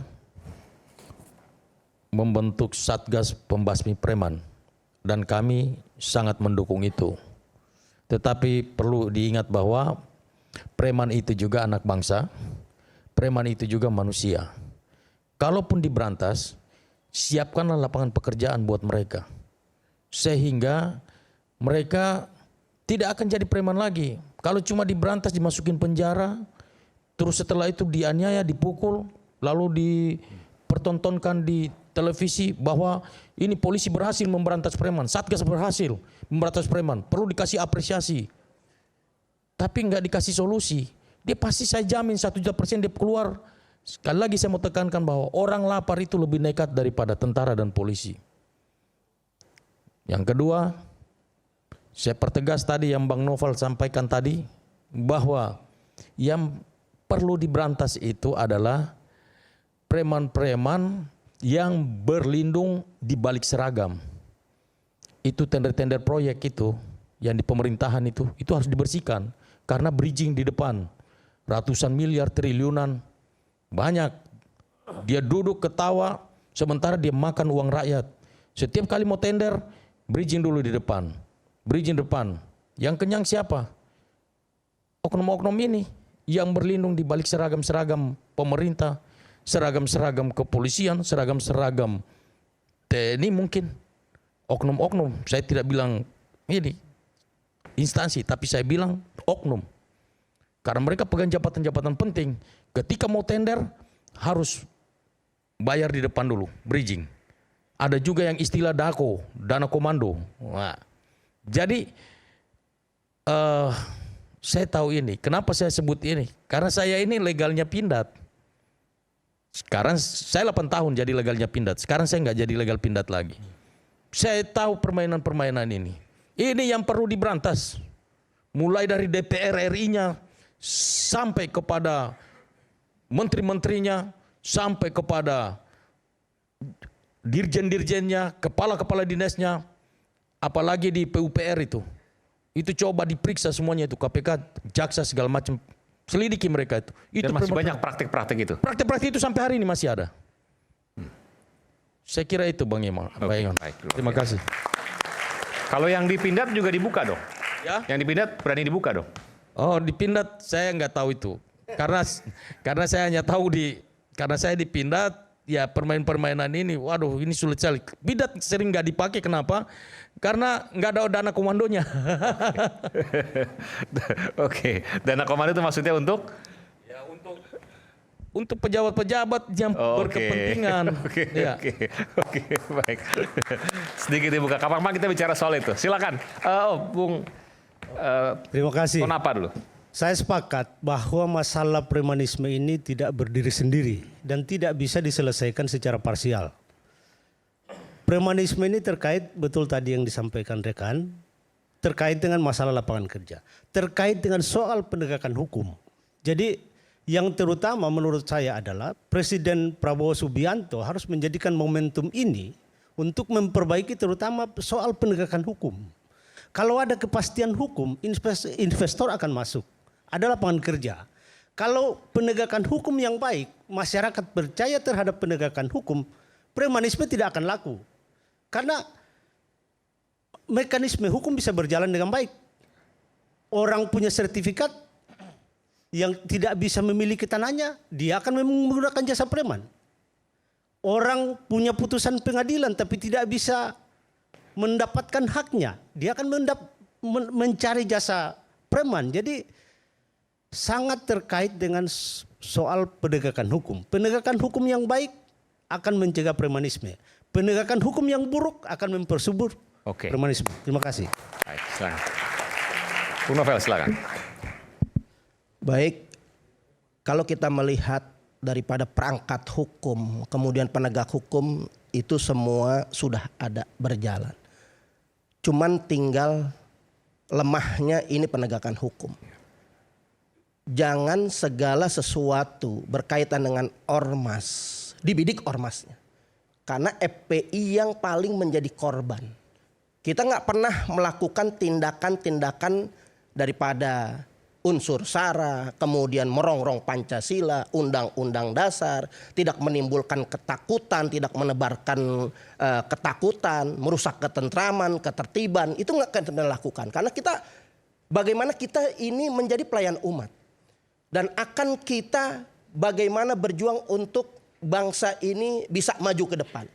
Nah, kita melihat apa yang dilakukan Presiden kita udah bagus, merangkul semua kelompok, merangkul semua golongan. Baik yang sejalan maupun tidak sejalan itu sudah dirangkul, itu sudah bagus. Itu logonya daripada Pak Prabowo kita. Nah, kita tinggal bagaimana menjalankan ini untuk rembuk segala sesuatu apa yang disampaikan oleh Pak Zulkifli. Yang beliau ngerti tabayun. Artinya cek and recheck, bertanya dulu. Jangan kita menjadi korban yang tidak klarifikasi, cek and recheck, kemudian menghakimi. Sehingga ini yang paling berbahaya dan ini saling menimbulkan daripada masing-masing melakukan provokasi. Nah, saya di penjara ketika itu dengan pasal provokasi 160. Tahun berapa itu? Kasus ketika ada serangan terhadap penistaan agama yang ketika itu dilakukan 2014 akhir pada saat perayaan Idul Adha itu Ahok menghimbau untuk tidak melakukan pemotongan hewan di halaman masjid. Dalam ini kan provokasi, menyerang Islam. Nah, ketika menyerang Islam kita hanya membela agama. Saya orang Tanabang, saya Betawi asli, saya bela kampung saya.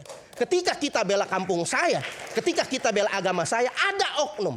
Lagi-lagi oknum preman berdinas, oknum berseragam bermain di sini. Ternyata di sprint itu semua sudah direkayasa untuk bentrok. Jadi bukan untuk kita dibuat demo saja, proyek kurang menguntungkan. Bagaimana kalau negara ini dilakukan ada unsur-unsur demo, kemudian juga sampai terlibat bentrok, itu yang laku. Itu yang akan laku dijual, mereka akan mengeruk keuntungan daripada polemik dan bentrokan-bentrokan di antara mereka yang mengambil untung. Ada orang-orang yang diuntungkan saat ini dan itu bukan sedikit daripada yang mereka menguntungkan, tapi negara yang akan dirongrong. Bagaimana negara ini runtuh seruntuh-runtuhnya karena Indonesia nggak lepas dari permainan perebutan Amerika dan perebutan daripada orang-orang oligarki busuk yang akan terus merongrong negara Indonesia ini. Nah, kita melihat Prabowo sudah luar biasa melakukan apa yang dikerjakan ini, sudah merangkul, tinggal kita menyambut untuk kita bersama-sama membangun, kedepankan tabayun, kedepankan kita silaturahmi untuk guyup bersama, duduk bersama, sama-sama, insya Allah semua persoalan bisa diselesaikan. Terima kasih. Oke, baik. Terakhir Bang Zul, silakan. Baik, terima kasih Bang Aiman. Dari kami, organisasi Grip Jaya, saya selaku Sekretaris Jenderal, mewakili Bapak Ketua Umum, menyampaikan kepada seluruh masyarakat Indonesia, Bapak Ketua Umum, Bapak Haji Hercules Susilo Masal dan Grip Jaya memohon maaf kepada seluruh masyarakat atas kegaduhan yang terjadi akhir-akhir ini, juga terhadap para purnawirawan yang terprovokasi, yang terhasut atau salah paham dengan semua yang terjadi. Ya, atas nama Bapak Ketua Umum, saya menyampaikan permohonan maaf yang sebesar-besarnya. Grip Jaya tidaklah seperti apa yang di-framing pada akhir-akhir ini. Grip Jaya adalah organisasi yang punya tujuan baik bagi bangsa dan negara dan untuk para anggotanya. Grip Jaya akan terus tetap jalan tegak. Kami tidak takut, kami tidak goyah, kami tetap tegar. Tapi hal-hal yang terjadi akhir ini justru semakin membuat kami tambah mawas diri, tambah berhati-hati dalam melangkah, bertindak, dan berbicara. Jadi itu yang saya sampaikan Bang Aiman. Di Grip Jaya juga banyak para praktisi hukum yang bergabung di kami, para anggota dewan yang bergabung di kami, para purnawirawan, jenderal, purnawirawan dengan berbagai macam pangkat, ada ribuan orang dalam organisasi kami Bang Aiman yang bergabung dengan kami bersama-sama membangun organisasi ini untuk menjadi organisasi yang terus semakin baik. Kami ini sedang berjalan Bang Aiman, sedang berjalan. Memang ya suka nggak suka harus diakuin, Grip Jaya hari inilah sebuah organisasi yang salah satu organisasi yang terbesar di Republik Indonesia. Terbesar, salah satu ya, salah satu yang terbesar di Indonesia hari ini. Nah mungkin ada berapa anggotanya Bang? Ya. Berapa anggotanya semua? Kami lebih dari 2 juta orang. 2 juta orang ya, yang berseragam ini? Ya, di seluruh Indonesia. Oke, yang punya seragam Grip dan kartu anggota ya? Ya, yang by database Bang Aiman. Iya, oke. Ya, jadi mungkin ada pihak itu lebih dari TNI Polri itu. Ya, jumlahnya luar biasa. Kami ada anggota aktif, ada simpatisan, ada para pengurus, ada para penasehat, para pembina, semua lengkap, kami lengkap. Nah, jadi organisasi ini dibentuk untuk tujuan yang baik. Ya, biar semua pemirsa mengetahui. Dan Bapak Haji Hercules Rosalio Marsal tidak pernah mengajarkan kepada kami, para pengurus dan anggota, untuk melakukan pelanggaran hukum, untuk berkomplot, melakukan pelanggaran hukum atau menjadi mafia, ya, membackup sesuatu, memalak-malak sesuatu, tidak pernah. Kalau itu terjadi, saya orang pertama yang keluar dari Grip. Oke. Saya Sekjen Grip, seorang profesional. Saya Haji Zulfikar. Tidak pernah ada arahan itu, memeras dan lain sebagainya. Bapak Ketua Umum jauh sebelum rame-rame ini terjadi, di dalam berbagai kesempatan dari dulu, ya, dari berbagai kesempatan, dalam pelantikan-pelantikan selalu beliau mengatakan, Grip Jaya tidak kebal hukum. Anggota Grip Jaya tidak kebal hukum. Ketua Umum Grip Jaya tidak kebal hukum. Untuk para anggota untuk tidak salah melanggar hukum. Itu jejak digitalnya ada. Bisa dilihat di YouTube, di TikTok ada itu berseliweran bahasa ketua umum kami itu. Itu bukan ngada-ngada saya gitu. Dalam berbagai itu sudah lama disampaikan. Selalu beliau mengingatkan kepada para anggota. Kami juga para pengurus. Beliau mengingatkan, jangan sampai kalian salah jalan. Sekjen, kamu hati-hati, kamu hati-hati. Terus sebentar, saya tergoda untuk bertanya, bagaimana menghidupi 2 juta anggota itu? Itu semua by mandiri. Masing-masing mandiri. Maksudnya? Mandiri dalam artian Grip Jaya, para anggota itu diperbolehkan mencari pekerjaan masing-masing menggunakan bendera organisasi dengan cara yang baik, benar, tidak melanggar hukum dan norma-norma agama. Sah-sah saja. Saya sebagai Sekjen Grip, apa nggak boleh saya bekerja? Terus ketika saya bekerja dengan dapat uang yang halal, saya salah. Dengan status saya sebagai anggota Grip kan tidak. Selama itu tidak melanggar hukum, selama itu tidak melanggar norma-norma agama, norma-norma adat istiadat dan budaya kita, apa yang salah di situ Bang Aiman? Jadi, dan itu yang kemudian dijanjikan oleh Grip, tidak akan melanggar hukum, tidak akan melanggar norma agama tadi sebutkan, dan juga adat istiadat dan budaya kita. Itu pesan ketua umum kami, selalu kepada seluruh anggota. Selalu kepada seluruh anggota. Dan secara individu, adab dari ketua umum kami itu menjadi contoh buat kami. Contoh Bang Iman, saya ini seorang muslim yang sudah dari kakek saya muslim, bapak saya muslim, Pak Hercules itu seorang mualaf. Tapi saya kadang merasa malu dengan beliau ketika beliau menelpon saya, mengingatkan saya, kan kami beda ruangan. Sekjen, ayo sholat. Saya kadang-kadang malu loh. Itu contoh, beliau itu mencontohkan kepada kami, beliau itu sholat 5 waktu, puasanya aja saya kalah Bang Iman. Ini demi Allah saya bersaksi di sini Bang Iman. Puasa beliau itu saya kalah. Beliau itu puasa Senin Kamis itu nggak putus Bang Iman. Apalagi puasa Ramadan, saya maaf, saya memang seorang haji, tapi puasa Ramadan saya jalanin, puasa Senin Kamis saya hampir tidak gitu. Kalah sama beliau gitu. Apalagi dalam hal bersedekah. Setiap malam Jumat di rumah beliau itu ratusan anak yatim piatu disantunin. Itu sudah berlaku 17 tahun semenjak beliau itu keluar dari dunia hitam. Sejak beliau itu mengikrarkan dirinya kepada istrinya, beliau berjanji untuk bertobat dan beliau buktikan istiqomahnya sampai hari ini. Itulah yang membuat magnet bagi diri beliau itu sehingga dicintai oleh banyak masyarakat dan bergabung mengikuti beliau. Kami ini semua, anggota kami ini kagum dengan beliau. Hari berapa banyak orang, tokoh, pejabat dulunya, ya dengan pangkat yang tinggi atau dengan seorang pengusaha dengan uangnya yang begitu banyak membentuk organisasi, membentuk sebuah perkumpulan, nggak ada anggotanya, Bang Iman.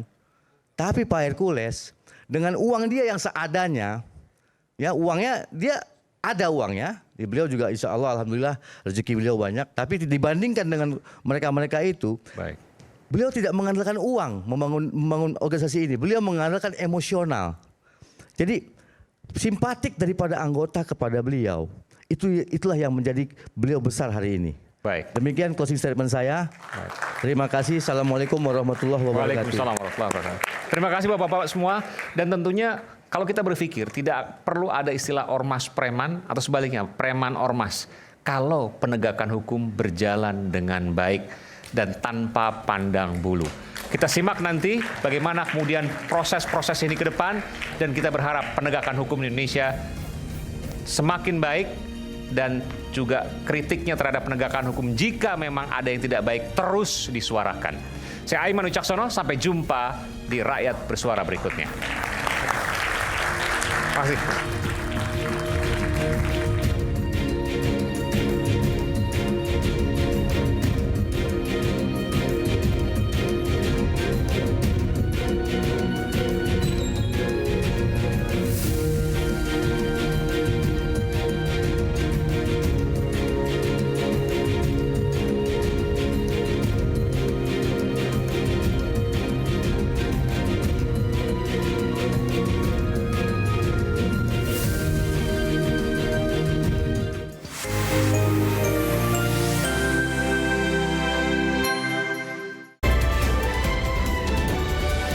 Acara ini dipersembahkan oleh